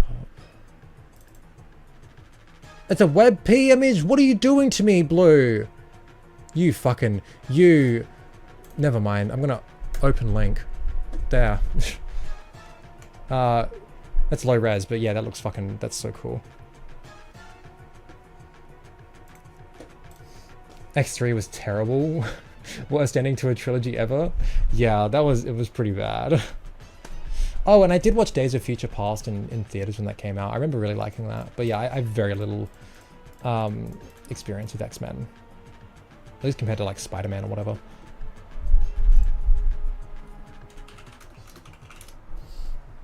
Yeah. Thought it was PNG when I copied. Disappointing. What can I say? Anyway, yeah, X-Men stuff. That's cool, I guess. Next is... Oh, X-Men X2, right.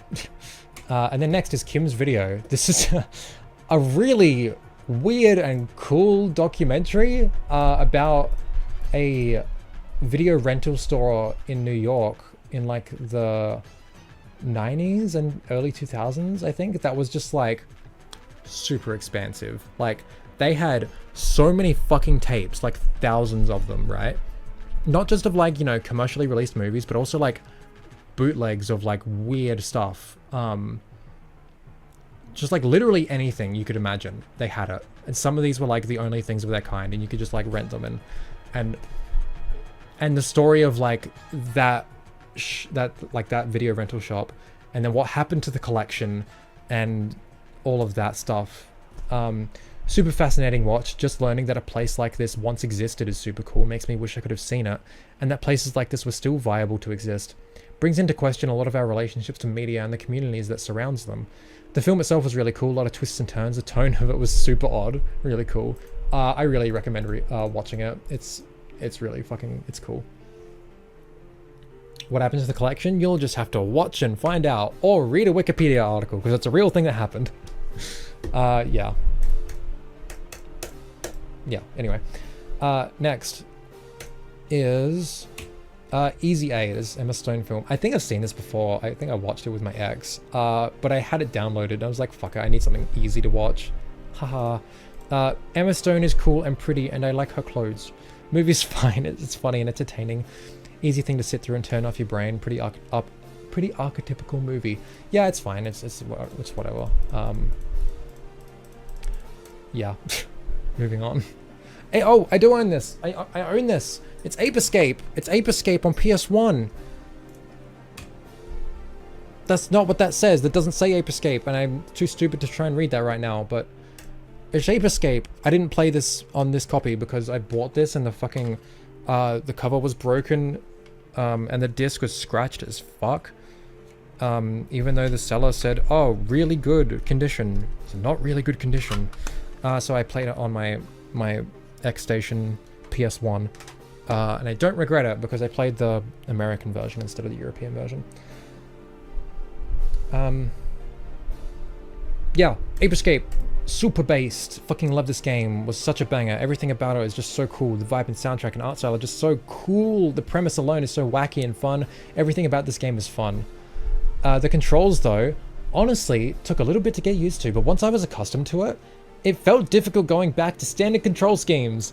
I ended up missing how this game controls. It feels much better than you'd think. And I just adore the creativity on display with all the different gadgets and how they control. Great game, holy shit. Like, I was playing this for a long time. And then I was like, okay, I'm gonna like go back and play like this Ratchet & Clank game that I was playing at the time, was Nexus. And then I was like playing, I'm like, why aren't the buttons doing what I want? I was trying to jump with L1. I'm like, wait a sec, that's not how this game works. And I'm like, oh, I don't like this anymore. I like Ape Escape's control scheme. It was so weird. It's just like, for those who don't know, Ape Escape was the first game to require a dual analog controller to play. Like, it took full advantage of the first DualShock when that released. Like you would use like the analog sticks in really creative and unique ways. Like that's how you would interface with the gadgets. You wouldn't just press a button and something would happen. You'd have to like make it happen through like stick inputs, sort of similar to how Skate controls like years later. Yeah, it's a cool fucking game and I love it. It's really cool. My favorite Metal Gear game. Yeah. Feel like Easy A was kind of up its own, I guess. I mean, it's just like a cheesy chick flick. Like it's whatever. I don't know. I liked it. It's whatever. Yeah. I grew up with a party game with the apes, Monkey Mania. Yeah, I'd never played any Ape Escape games. So yeah, it was really fucking fun to play. Okay, next, we're gonna talk about the game that we've been listening to the soundtrack of this whole time. It's a game that I don't think anyone would enjoy if I recommended it. But it's a game I loved so fucking much that I bought a physical copy of it. This is the Japanese version. This is Dual Hearts. I don't know where to fucking begin with this. I mean, I guess I can just read my notes. I'll just read my notes. Otherwise, I'll just fucking... Oh my god, okay. Was not expecting to love this game as much as I did. It started off pretty slow, kind of by the numbers, pretty jank, but there was some intrigue, and the gameplay was easy enough so the jank didn't really get in the way. I ended up binging nearly the whole story in a single 11-hour session, then spent another 10-hour session going for 100%. It's just a really fucking fun romp, a totally unique 3D platformer, but not really, collectathon, but not really, action JRPG, but not really, such a weird blend of gameplay styles and tropes, but it just fucking works. So funny to me that I didn't realize it was made by the same people who made Alundra, because it's so obvious to me now. Alundra was a game I played back in 2023, and it was like a PS1 Zelda sort of style action RPG that I adored, and I loved it, and I didn't realize it was by the same people. But now it makes a lot of sense to me. There's a lot of similarities, parallels. Yeah, there's such obvious parallels. I think I might like this more in some aspects though. I think it spoke to me much more. And yeah, here I write. I originally wrote out a really long thing on some specifics of the plot and the ways in which the game delivered them, which made them impactful, but it all got lost because Google Docs didn't save my work. Yeah, I wrote like a really long thing, and then Google Docs fucked up and I lost it all. And I didn't feel like rewriting it. But like, I also don't feel like I need to rewrite it. These moments are just so lodged into my brain. I literally cannot stop thinking about them. And the specific ways they impacted me and worked so well. I just think, I don't think I can forget, especially the ending. I can't stop thinking about this game. Just everything about it. It's so me. It's so Zeke coded. I just love it so much. But it's also a game that I just cannot recommend. Like, I know for a fact that no one would like this if I told them to play it. There's just no way anyone would see what I see in it, or be able to look past the surface elements that are kind of weird or jank or whatever. Honestly, I kind of might be okay with that though. This can be my own little weird gem that's just for me. I love this game a lot. Like, I kind of put this game in a similar category as I put Dark Cloud, where it's like, it's this obscure early 3D action RPG sort of game, although the genre isn't necessarily relevant, but like this obscure old game that's like feels jank and unpolished. Also, the performance on this is horrible. Like, it's really bad. But it does something so unique and and of its own that it just, like, I just didn't want to leave this world when I was playing. I didn't want it to end. Like, it hurt when I finished this. Like, I don't know. I don't think I can really describe what this game made me feel or makes me feel. It's just so fucking specific and weird. But, like, it does genuinely do some really cool stuff, you know? But at the same time, like if someone were to play this now, they'd be like, what, okay, I played it, why is it so special exactly? Like, it doesn't do anything particularly, like, groundbreaking or revolutionary, but it's cool and I like it a lot and it's my favorite game. I don't know. Anyway, I'm gonna move on before I lose my mind. Dual Hearts is really cool. I wouldn't recommend it. Nah.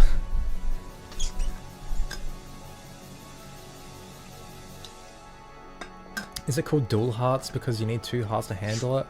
I honestly don't even know. The Blob is another good game. I like that one a lot. I do recommend that one though. Okay, we're nearly done. We've only got less than 10 left. Let's go. Next is Kiki's Delivery Service. God, what a fucking...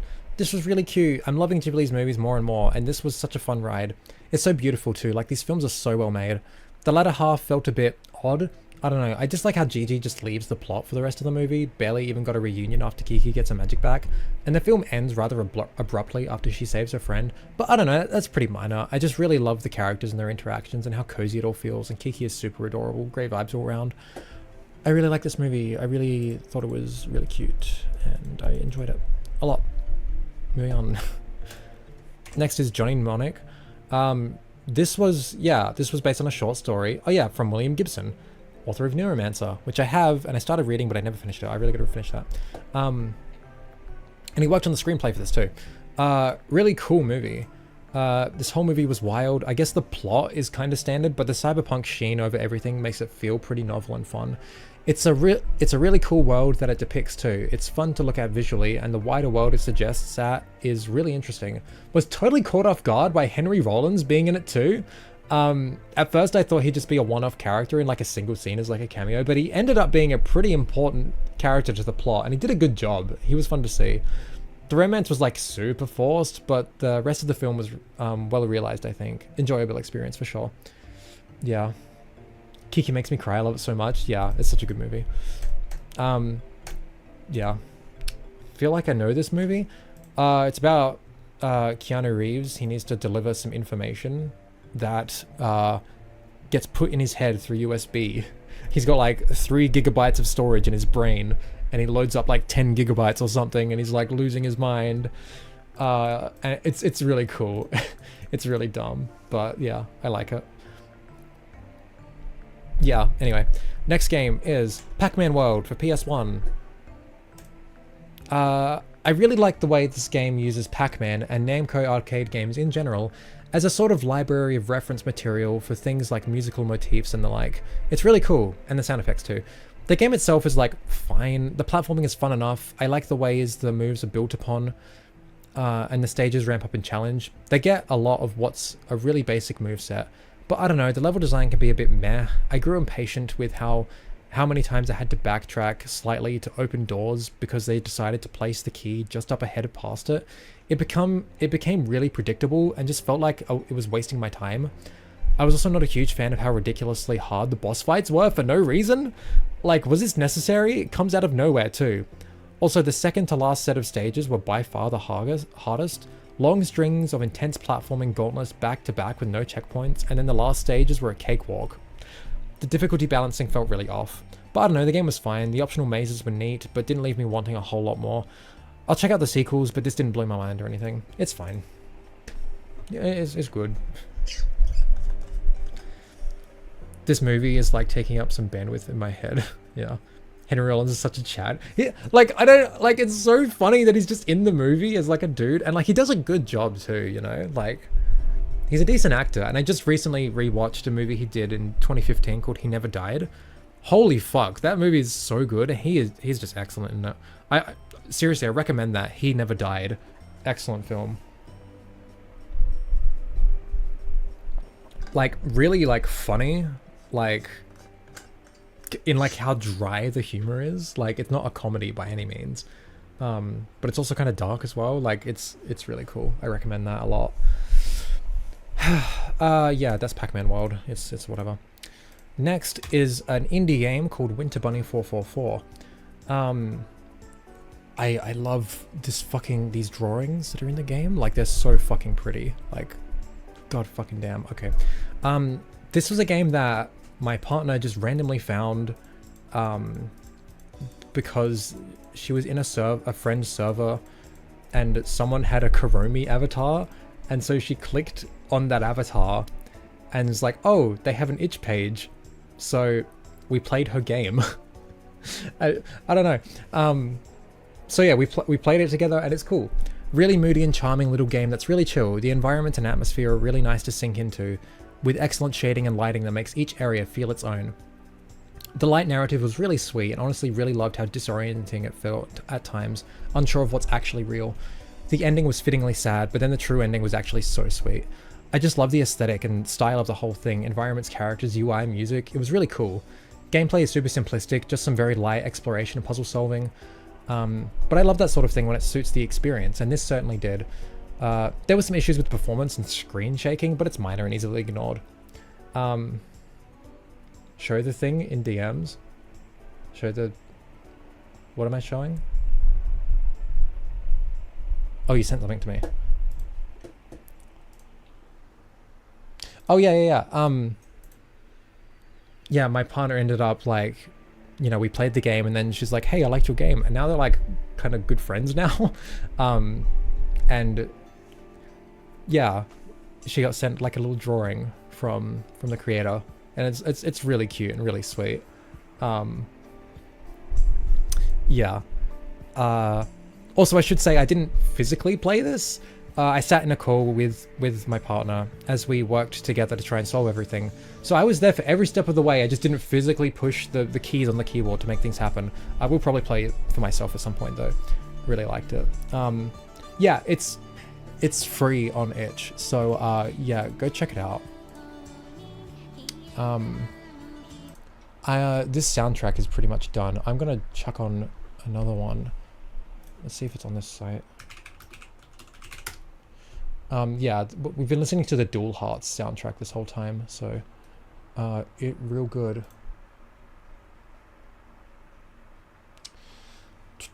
One sec, I have one in mind.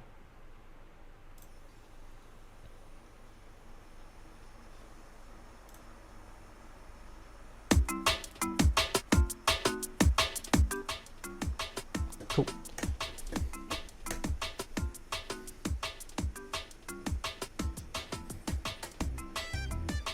You know what I said? What did you say? I'm sorry, I might have missed something. Or not. This is the Ape Escape soundtrack, by the way. Yeah, Winter Bunny is really cool. If you're into, like, indie, low poly, queer sort of little things, it's really cool. Next. Okay, here's The Time Machine, the film from 1960. This poster goes really hard, actually. What, am I deleting my comment? Oh. Is it something to do with the R34 stream? I'm sorry.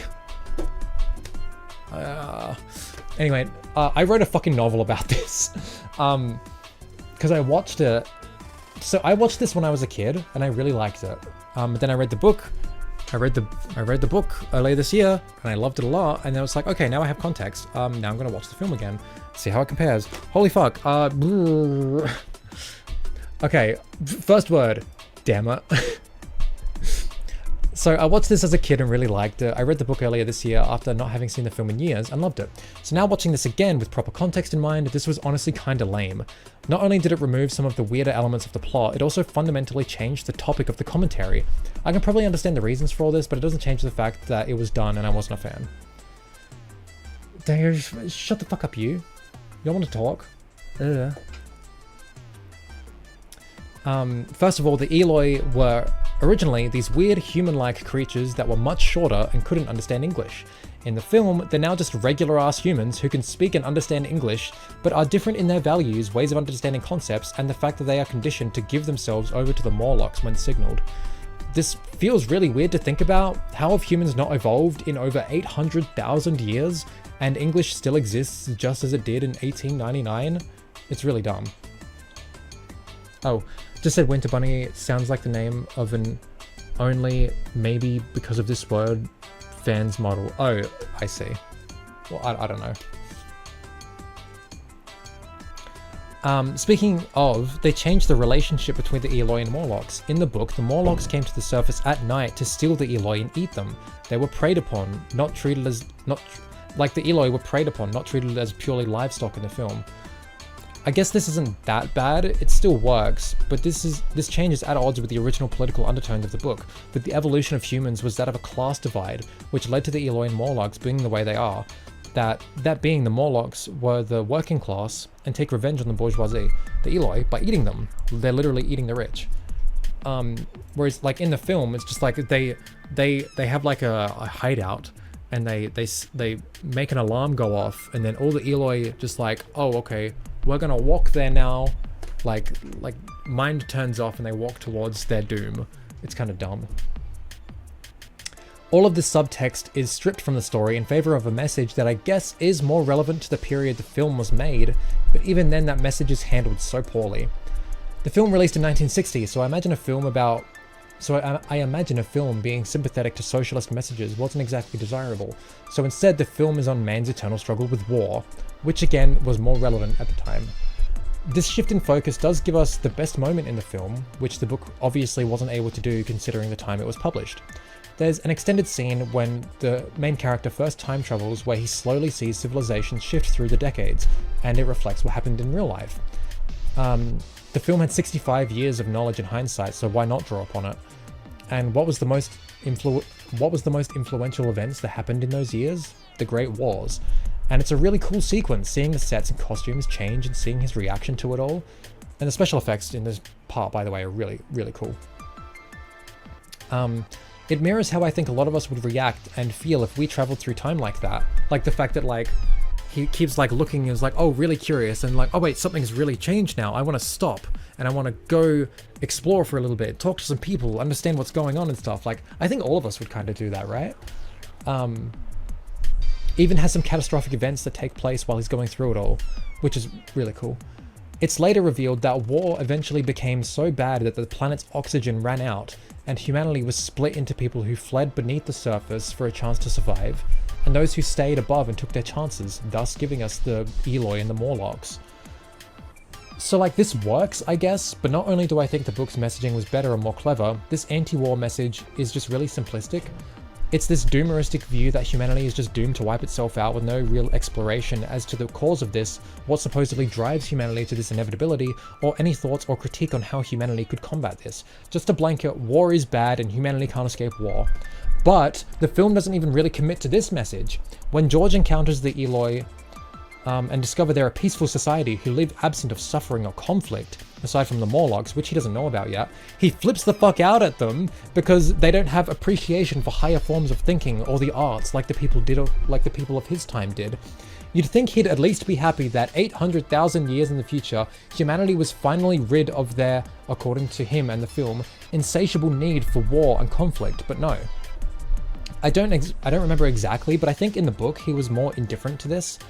I think he recognized this apparent trade-off, like of, oh, we don't have like higher forms of like philosophy and art, but you know, humanity lives without suffering now. That's pretty cool. I think that was kind of how his reaction in the book, but I gotta revisit it. Then later, towards the climax of the story, when he's in the Morlock's lair, trying to rescue everyone, he's fighting with the Morlocks and essentially teaches the Eloy how to fight and be violent, and this is seen as a positive by the film. It just goes completely against what the film has been trying to say. He teaches this peaceful race how to be violent in this anti-war movie, and it's seen as like, oh yeah, finally, oh, things are going right. Fuck. It's so dumb. It also excluded my favorite moment from the book where he goes further millions of years into the future and all the existentialism that brought with it, though I understand why they probably didn't want to do that though. All that aside, it was still a decently fun watch if you turn your brain off. Performances are good, sets and special effects are really well done with some really neat stop motion sequences and miniature sets being utilized to great effect. Though its low budget could be felt at times, particularly the set and backgrounds for the Morlock's lair. Also, this does that weird thing where all women, including the Eloy, are dolled up in perfect makeup. Like, yeah, sure, this species of human who wouldn't have a conception of what makeup is or the baggage of 19th or 20th century beauty standards. Just so silly, I can't even be mad. Gender norms are such a goober. Film was fine, book was great, yeah. There's a lot there. Fuck. Oh, hi. Winter Budding developer here. Sorry I missed that segment. Oh, that's okay. Hi. I know your name. I'm not sure if you'd be fine with me saying it on stream though, but yeah, hi. Oh, Anna already said it. Hi, Rosario. Yeah, no, I really liked Winter Bunny. I thought it was really cool, and like, just God, I love this art, you know, like the style of it. It just, you know, damn. Yeah, cool game. I liked it. Good job. Sounds like Fallout? Yeah, it kind of does. Like, you know, bad Fallout, I guess. Thank you, you're welcome. Also, Rosario is a cool name. Rosario Vampire is one of my favorite mangas.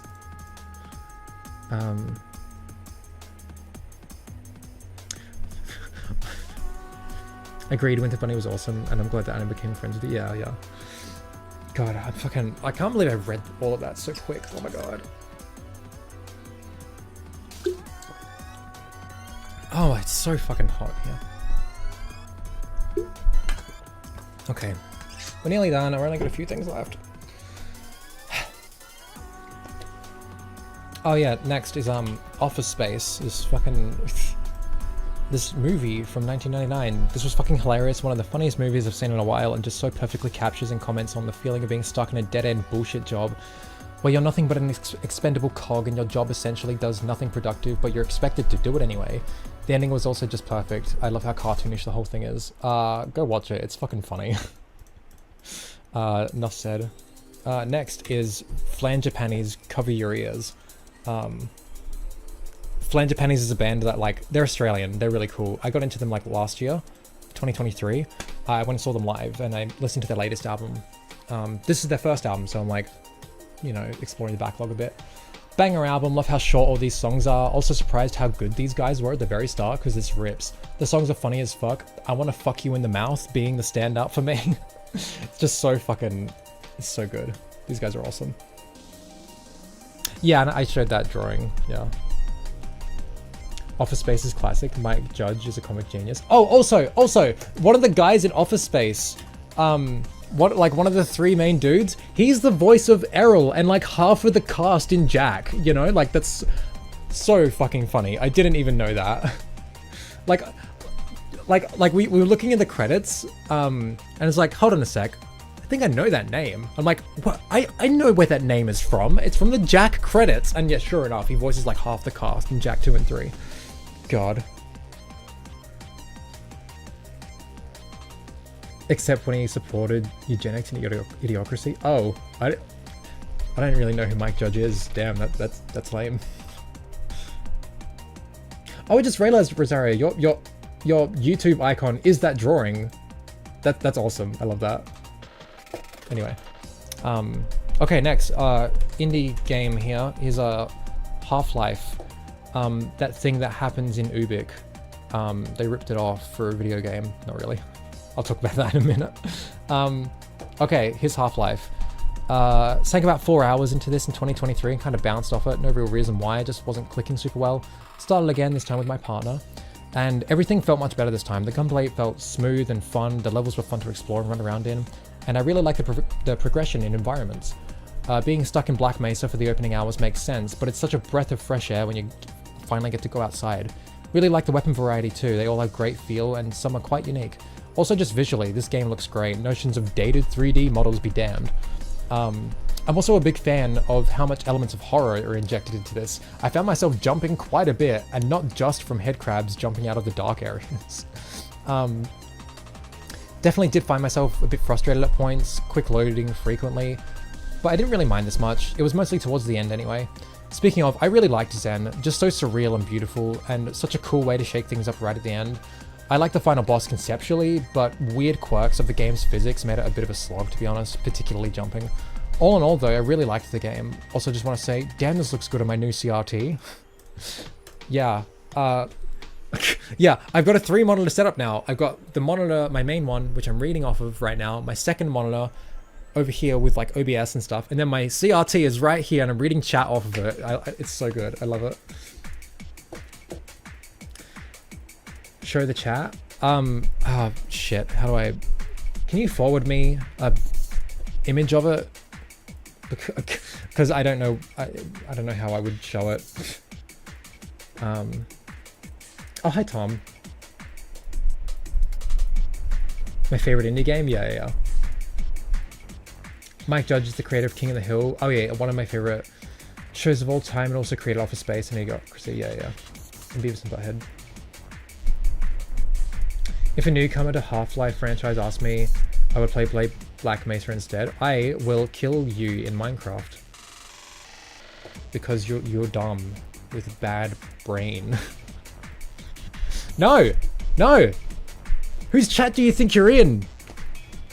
God.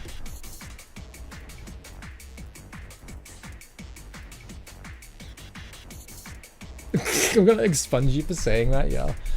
Anyway, oh yeah, next one. I have, again. Here is Ubik by Philip K. Dick. Same author as To Enter His Dream of Electric Sheep. Yeah. Jesus fucking Christ, this book went places. There's like 6 separate times where you think the book is going to be one kind of story, but then immediately flips that on its head and takes a different direction. I kind of love it. The whole thing was incredibly gripping, and the world it presents is super interesting, really questioning our relationship with death and modern consumerism. Cannot recommend this enough as a great sci-fi mystery book. Might even like it more than Electric Sheep. It's fucking cool. I binged this in like 3-4 days. It's awesome. Alright, let's see. Yeah, okay, here's my...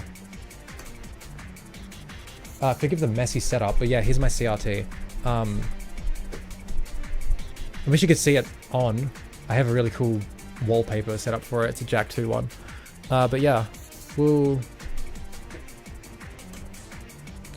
Fucking... I love the fact that I have a CRT and it's not like some off-white color as well. It's fucking black. It's so cool. I love it. It's a pretty like decent one too. It's like a late model one, like a bit of mid-range. I typically run it I typically run it 800 by 600 at 100 hertz, but I have toyed around. I think 120 hertz is the highest I can get at 640 by 480, and then I can play it like 124 by 960 or something, like 1224 by 960. I don't know these numbers. I can run that at like 70 hertz or whatever. That's the highest resolution I can get. At least with the toying I've done. This stuff is complicated, but yeah. A newcomer as a young person unwilling to play a game with bad graphics, aka a normie. No, you don't baby these people. You teach them proper historical context and importance when it comes to art. You don't fucking be like, oh yeah, I guess you don't want to put in literally 0 effort to play a game that doesn't look like it was released literally yesterday. Here's a remake instead. Fuck that, no. And if they don't want to play it, okay. I guess they're not gonna engage with some of the most important pieces of art then. Sucks to be them. That's on them, you know? Fucking ugh. Anyway, I showed off all of my physical stuff, at least for now. My 8-year-old nephews wanted to play Pokemon Crystal emulated on my laptop while also playing the newest game on their Switch. Young people can appreciate dated graphics like... Hello? God. How fast you run in Half-Life. I love the fact that it's like... The impression I always got about Half-Life was like, oh, it's like the first-person shooter to like have like I'm losing all my words. I've been talking for almost 3 hours straight, like non-stop. The impression I always got of Half-Life was it was the first-person shooter to have an emphasis on like storytelling and stuff. And I just can't get over the fact that it's like, oh yeah, that's great. Our protagonist is a person who's like an action shooter hero, like in Doom or Quake, and he's just a regular science guy who's never shot a gun in his life before the events of this story. Like, I don't know, that's just goofy as fuck. I just love that. It's not a huge deal or whatever. But yeah.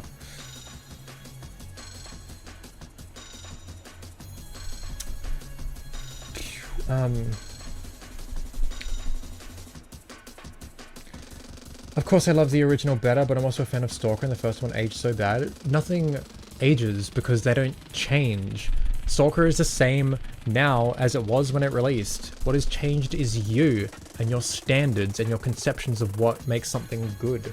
And you need to reckon with them and grapple with them when you engage with older works of art.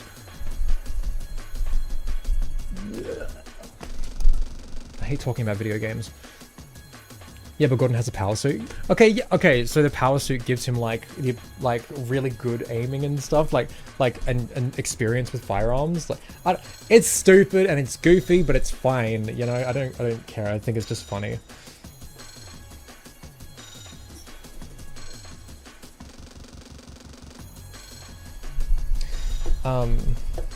Yeah.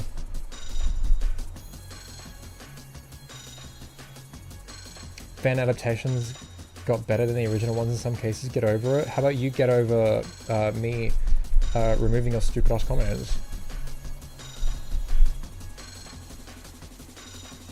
No, it's not about being. It's not about being better. It's. I don't care. Like I've said this consistently. I don't give a fuck about the quality of remakes. I recognize that many remakes are very high quality and made with a lot of care and passion and talent. I don't give a fuck. I don't want them to exist.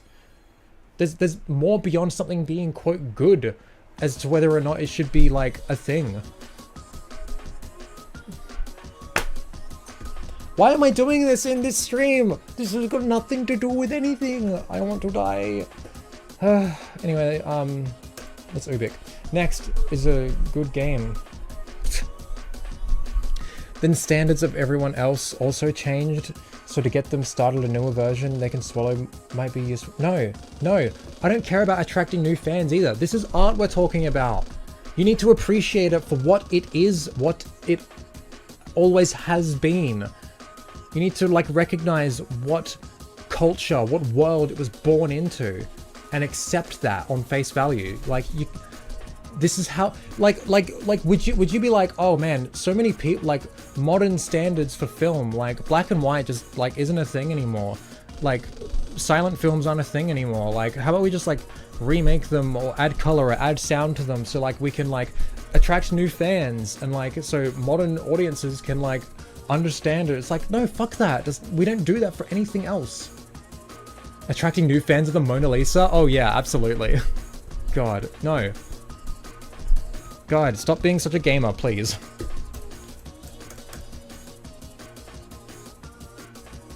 I like the explanation of the fan mod for Black Mesa does, where Gordon just accidentally got signed up for the security guard training and orientation.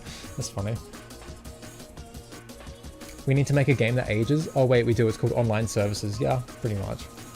And then they die every time. And they all get lost forever.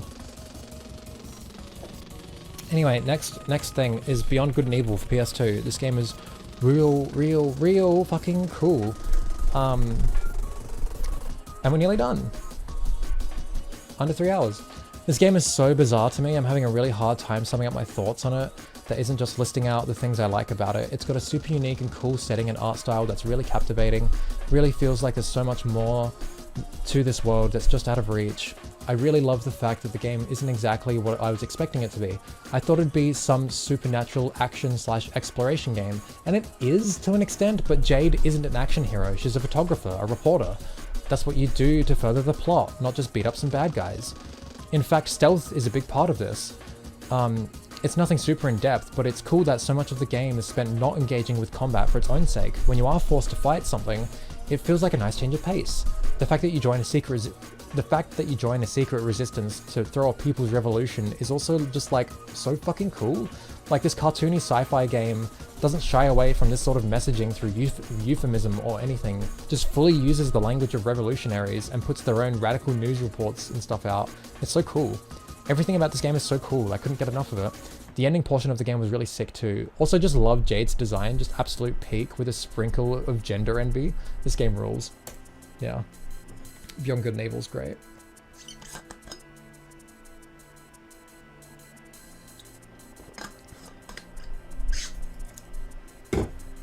Don't attract new fans, don't get new games. I don't give a flying fuck. Do you think I'm out here being like, we need Jak 4, we need Jak 4, please, we need more fans, we need Jak 4. No, I don't care, I don't care. I appreciate art for what it is, and we don't... Stop being a gamer consumerist, please, please, be normal.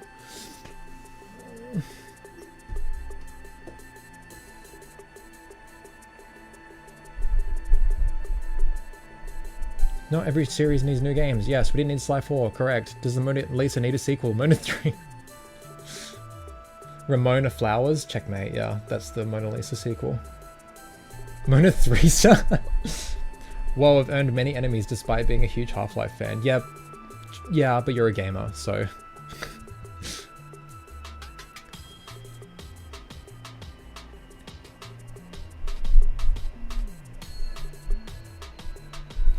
Also, gaming as an art form, agreed. Gaming is way over-commercialized. Yeah, and it's a shame.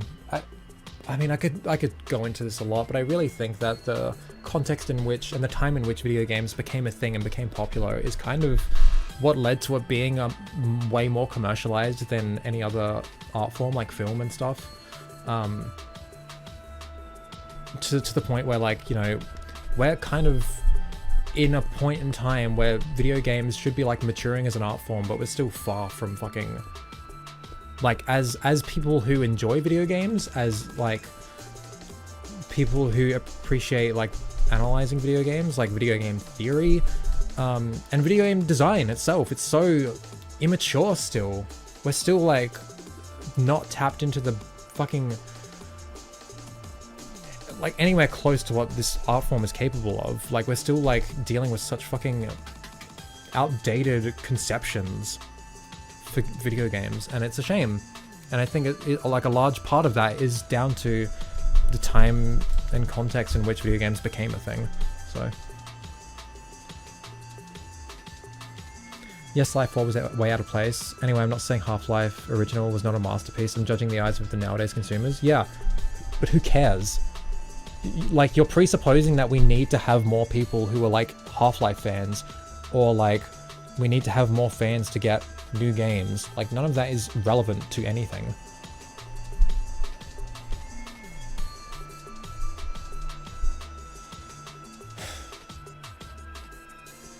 You do people a disservice by assuming they aren't capable of handling a 20-year-old art project. I mean, I do agree, but also, having interacted with many gamers, many of them are incapable of, mention the phrase tank controls to anyone who didn't grow up with a PS1, and they'll quake in fear, like stop being such fucking babies, you know? Hollywood was arguably as commercialized in the 40s and 50s. Yeah, probably, but capitalism sucks a lot more now, and video games kind of came about in conjunction with that, with it getting worse. No, yeah, it's just a fundamental disagreement over whether people without taste need to be catered to, because there needs to be more people consuming the series. Commercialization brain. As long as the Half-Life 3 movement is alive and pushing for more, it's more likely is to happen. Please get a life. If Half-Life 3 happens or it doesn't, who cares? Like, okay, that'd be cool. Please appreciate what you already have. Like, don't just consume product and then be excited for next product, please. Hey, if we like remake Jak and Daxter, like, to be more like, you know, friendly to modern audiences, then we can get more fans, and oh my god, then we can get a Jak 4, and we get a Jak 4, everyone. And, you know, the only thing that ever fucking matters in our lives, because we're such losers, we need a Jak 4, we need a Jak 4. Half-Life is still a salient piece of art, even if Half-Life 2 or Black Mesa didn't exist. Yeah, exactly. So Mulan, huh? Yeah, I kind of forgot to write something about Mulan. I got so preoccupied trying to get all these images that took me fucking ages to find and download, because I wanted them all like the original versions of all these book covers and posters, and also like in decent resolution. It's harder than you think. But yeah, I watched it December 31st with my lovely girlfriend in chat. And yeah, I loved it. I don't have anything to read, so I guess I'll just say things. I've only seen the second one as a kid, which is funny, and I only know the plot of the first movie from playing Kingdom Hearts. So yeah, but watching it was really cool. I really fucking loved it. Like, the art is just so beautiful. Like, it's crazy to me, like, how much texture everything has when watching, like all of the lines and like the coloring and everything, like that. You can see like how much texture there is to these drawings, you know. And the animation is so beautiful, and like the art style is so beautiful. Just like, yeah, Lots of trans allegory stuff at play, which was cool to see, I guess. Which I did like. God, this fucking song bops. Yeah, the songs are really nice and catchy. They were cool. Mushu is cool as fuck. I love him. I love the little bug. I didn't even know there was a bug because the bug is in Kingdom Hearts, and that makes me sad. Yeah, I thought it was a really good movie. Really good movie. I'm not even like a real big Disney fan or whatever, but yeah, it was good. I really liked it. That's my 2024 media thread. And look, under 3 hours. Let's fucking go. Oh, my voice. Ugh. Oh yeah, I forgot to say. Oh, I'm so stupid. I do want to say, I did read all those books this year, but that's not the... Okay, thanks, Blue. That's not the only stuff I was reading this year. I also have like a little stack of things that I did cursory reading of. Real quick. Here's some like zines that I got. What is Anarchist Music? Animal Liberation and Social Revolution. Probably the best little essay I've read on the ethics and practicality and like what veganism really should be, as opposed to what it manifests itself as, which sucks. Sharia don't like it. Punk and religion in Indonesia. This was interesting. Bakunin brand vodka. Anarchism in early punk, 1976 to 1980. This was cool. Whoops. I read the first chunk of 100 Years War on Palestine. It's just a really difficult book to read because I'm bad at reading history, I guess. And there's a lot of words. So, but I read a chunk of this. I read a few essays from Emma Goldman's collection of anarchist essays. I read half of this Trade Unionism in Australia, like literally like half the fucking book, which is like when things were like not great, but things were getting better and workers were doing cool shit in this country. And then the rest of the book, which I stopped reading, is all depressing shit.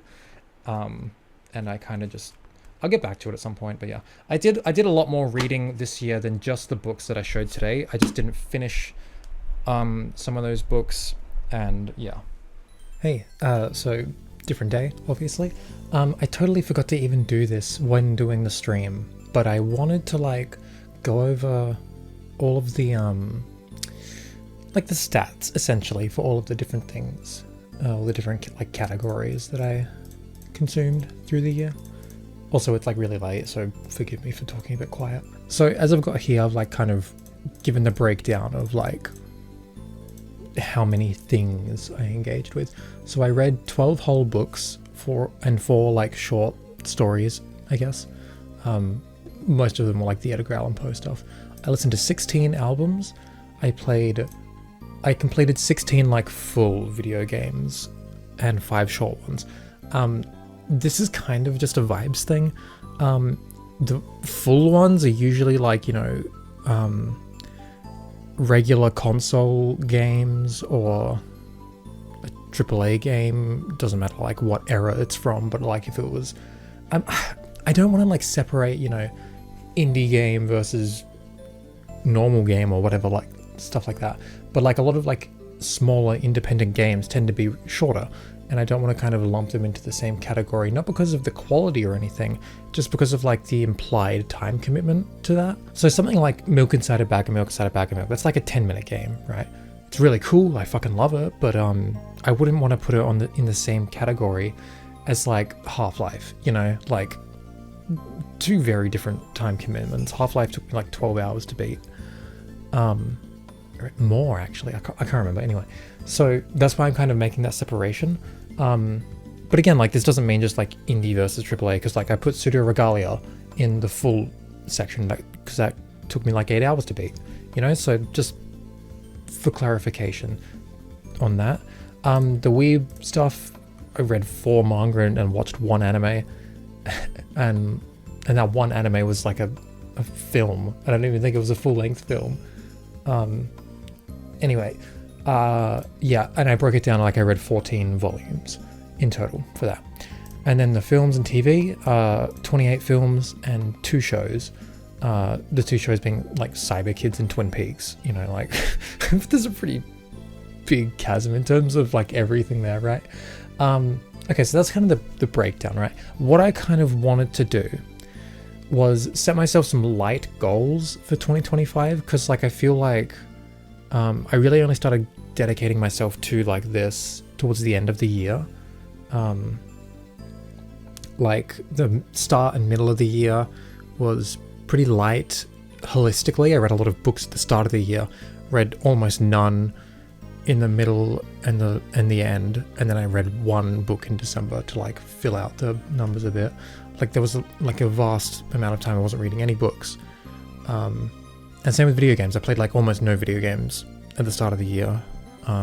Picked up a little bit in the middle, and then like towards the end I played a lot. And especially with films, like I watched a few films for my film class at the start of the year, didn't really watch any, and then like towards the end I watched a lot, you know. So I want to set myself some like very light goals for 2025, just to like have something to strive towards, I guess.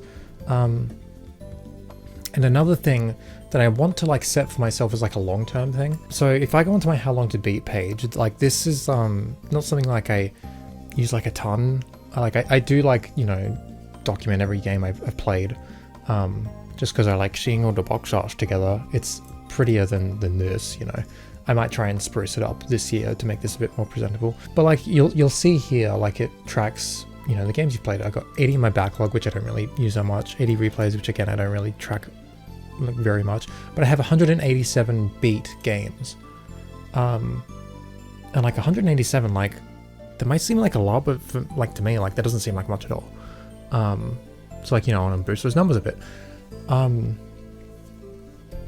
But it's also like I've played that many, and I feel confident enough to like talk about video games in like a deeper sense than just like the surface level elements of like what makes up a video game, how they're designed, and how to talk about them and stuff like that, like outside of even engaging with like theoretical text on games, which I have been a little bit lately. But like just from like experience alone, like I've played nearly 200 games, and I feel like I have some sort of like understanding of the medium to talk about them, you know. I don't have that with like films or books, especially specifically like novels, right? So I want to try and like set a baseline for myself to like a arbitrary number of like, say about 100 like films I'll watch or books I'll read, where I feel like at that point I'll have like gained enough familiarity with like the medium to be able to like talk about them or think about them in more than just a very surface level way, right? So that's kind of what I want to do for a long-term thing. So thinking about like some goals based on what I did this year. Comes to books, I read 12 books, but the thing is, not all of those were fiction. I read a few like non-fiction books, like Grafton Tanner's Foreverism, that's a philosophy book, or Laura Jane Grace's autobiography. You know, like that's an autobiography, that's not fiction. So fiction is where I want to spend the most amount of like dedication, I guess, the most amount of focus, because like, you know, it's an art. Stuff like, you know, political theory and philosophy and stuff like that stuff really interests me, and I want to like gain like a deeper understanding of a lot of that stuff, but that's kind of separate to all of this stuff. I feel like it's still reading, and it's still like it takes a lot of like mental engagement, like even more so I would say than novels, but it's like that's kind of like a separate like personal growth thing, I guess. Though, you know, that stuff does like play into how I look at art and stuff, but it's something I'd want to like track separately from novels, right? So here's what I'm gonna do. I guess just for the sake of this like video, I'm gonna write down, you know, like my long-term things I want to have under my belt is 100 books, novels, and 100 films. Like that's what I want to like get to, right? I think I'll start like a separate documents just for all of books and just for all of video games, just for all of films or whatever, just so I can like reference what I've seen without having to dig through like these lists where it's like a hodgepodge of everything, right? But that's beside the point. That's my long-term thing, right? Minimum of 100. I feel like that's reasonable. And you know, this isn't just like literally anything. These would be like, you know, good stuff, I guess. I don't know. I'll get into that later. So for this year, here's some goals I want to like set for myself. With books, I'm gonna say like 15 novels, and then like any other kinds of books I read throughout the year can just be like separate, I guess. And you know, I feel like I'll be able to achieve this pretty easily, especially since like I literally just got this. Like just got a new e-reader with all my cool stickers. Look at that, there's Jack and Kingdom Hearts. I just got a new e-reader, and this is like really cool. I've already like been reading some cool game theory stuff on it. So like now like, you know, buying books isn't a concern for me. Let's just say that. And like this is just like a really convenient way to read as well. So I feel like I'll be doing a lot more reading this year. 16 albums. Now music is a difficult thing for me because like I'll go into like slumps of like not really listening to anything. I'm kind of in that right now. But like once I find an album or I find an artist where it's like, wow, then I like really start like, you know, I get obsessive. To be fair, I didn't write down literally everything I listened to this year just because I'm particular about when I add music to these lists. But I guess like the literal number doesn't really matter that much. I guess I'll just put like 20 albums. Like I want to like, you know, whoops. Like I do want to listen to more music, but I don't really, it's not like a super big priority for me. And music isn't something that's like, you know, oh, I want to be able to like think and talk about music like in a more knowledgeable and intelligent way, like all these other art forms, because music for me is just like a personal thing. I do it for my own enjoyment, pretty much purely. And, you know, for my own like artistic reasons as well, because like I'm a musician and I like playing music and stuff. So music isn't a super huge priority for me. Okay, so 16 full games is what I played this year, and that was like low. Like 2023, I played like 30, you know. And yeah, I just was not playing video games for most of the year. What am I at? 187. So if I was to play 13, I'd be at 200. So if I played less, you know, I'd be pretty good. I'm gonna put 20 full games as like a, you know, I think it's a reasonable goal. No, the purpose of these goals is to be like something I can achieve like easily. Like I would hope that I'd be able to like surpass them with ease, you know. I don't want to pull a Martian. So when it comes to like anime and manga, it's just something that like I was, you know, into a lot 2022, 2023, and then like last year, like I just was not interested. I started watching one series, which was really cool. It was really cute, like this trans sort of story. But like the site that I was using to watch anime just got shut down before I could finish watching the series, so I didn't even bother really trying to look into it again. But this time, like, you know, I've been watching a lot of like TV, like Sopranos and Twin Peaks and stuff, and it's like, you know, those are like really long episodes, and like they take a bit of a commitment to watch. They're long series too, at least Sopranos is. So I would like to, you know, just go and watch an anime series that's a bit easier to engage with in terms of like a time commitment. But this time, like, I'm really like, you know, most of the anime and manga that I've like engaged with has been like slice of life rom-com trash, and I'm a little tired of it. I'm not gonna lie. Still have some absolute favorites, of course, but I want to like watch and read some serious stuff finally, you know. So like I wrote down like a list of anime that I do really want to watch, for like more of these purposes, you know, like having a decent like baseline level of knowledge when it comes to good art, you know. So I do feel like I am going to engage with a lot more anime this year. Manga's a different case. I do want to get like some sort of decent OLED tablet so I can read manga in like a way that's more comfortable, because I can't read on that e-reader. It's not even in color for one. I know manga is mostly black and white, but still. So looking at my anime list, literally the only ones I watched this year was like Ghost in the Shell and this this like Yuri one that I was talking about on stream. I actually watched like Kiki's Delivery Service as well. I don't know why I didn't have that. So if you look at like 2023, I could like how many series did I watch? Like 1, 2, those are films. 3, 4, 5, 6, 7, 8, 9, 10. I watched like 10 series. Not a lot. That's okay. 2022, I watched like so many. Yeah, it's a lot of trash. So let's say 15 anime.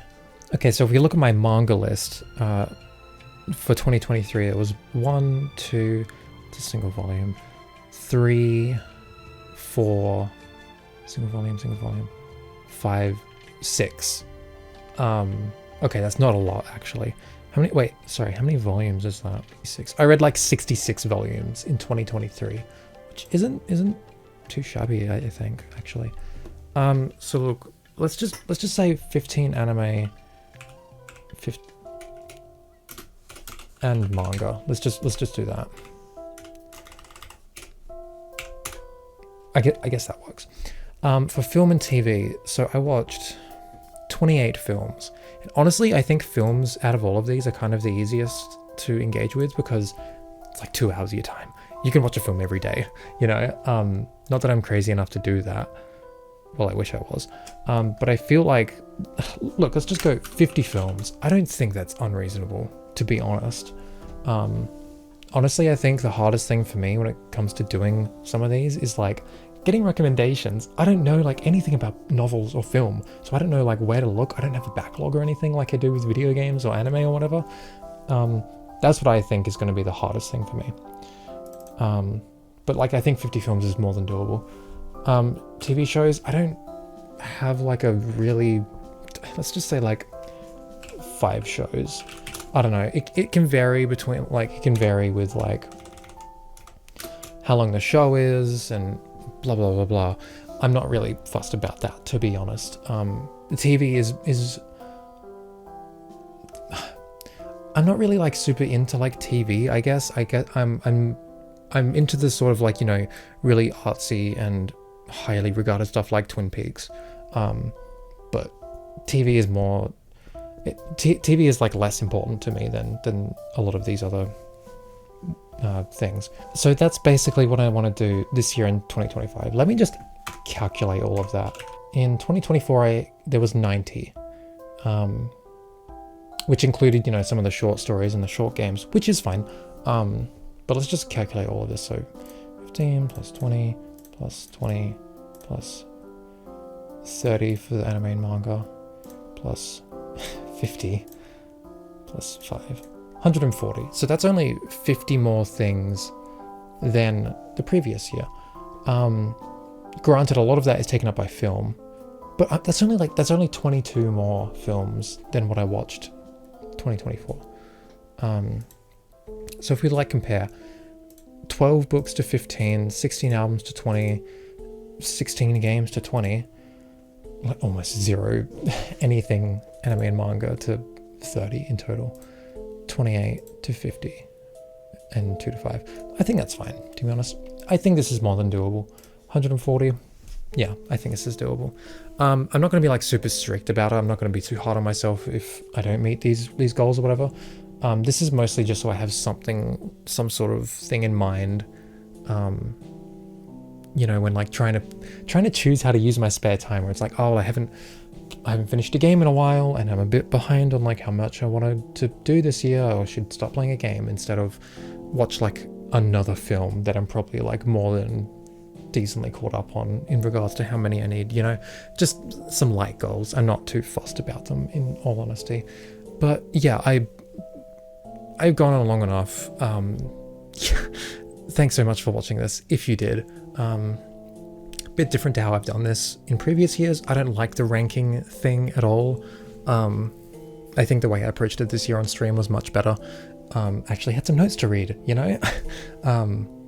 And, you know, the interactivity was nice. Also, I'm like so sorry for the... I'm so sorry for the argument about remakes towards the end of the stream. That went on way beyond what I cut for this video. That went on like during the whole time I was playing that Jack and Daxter custom level.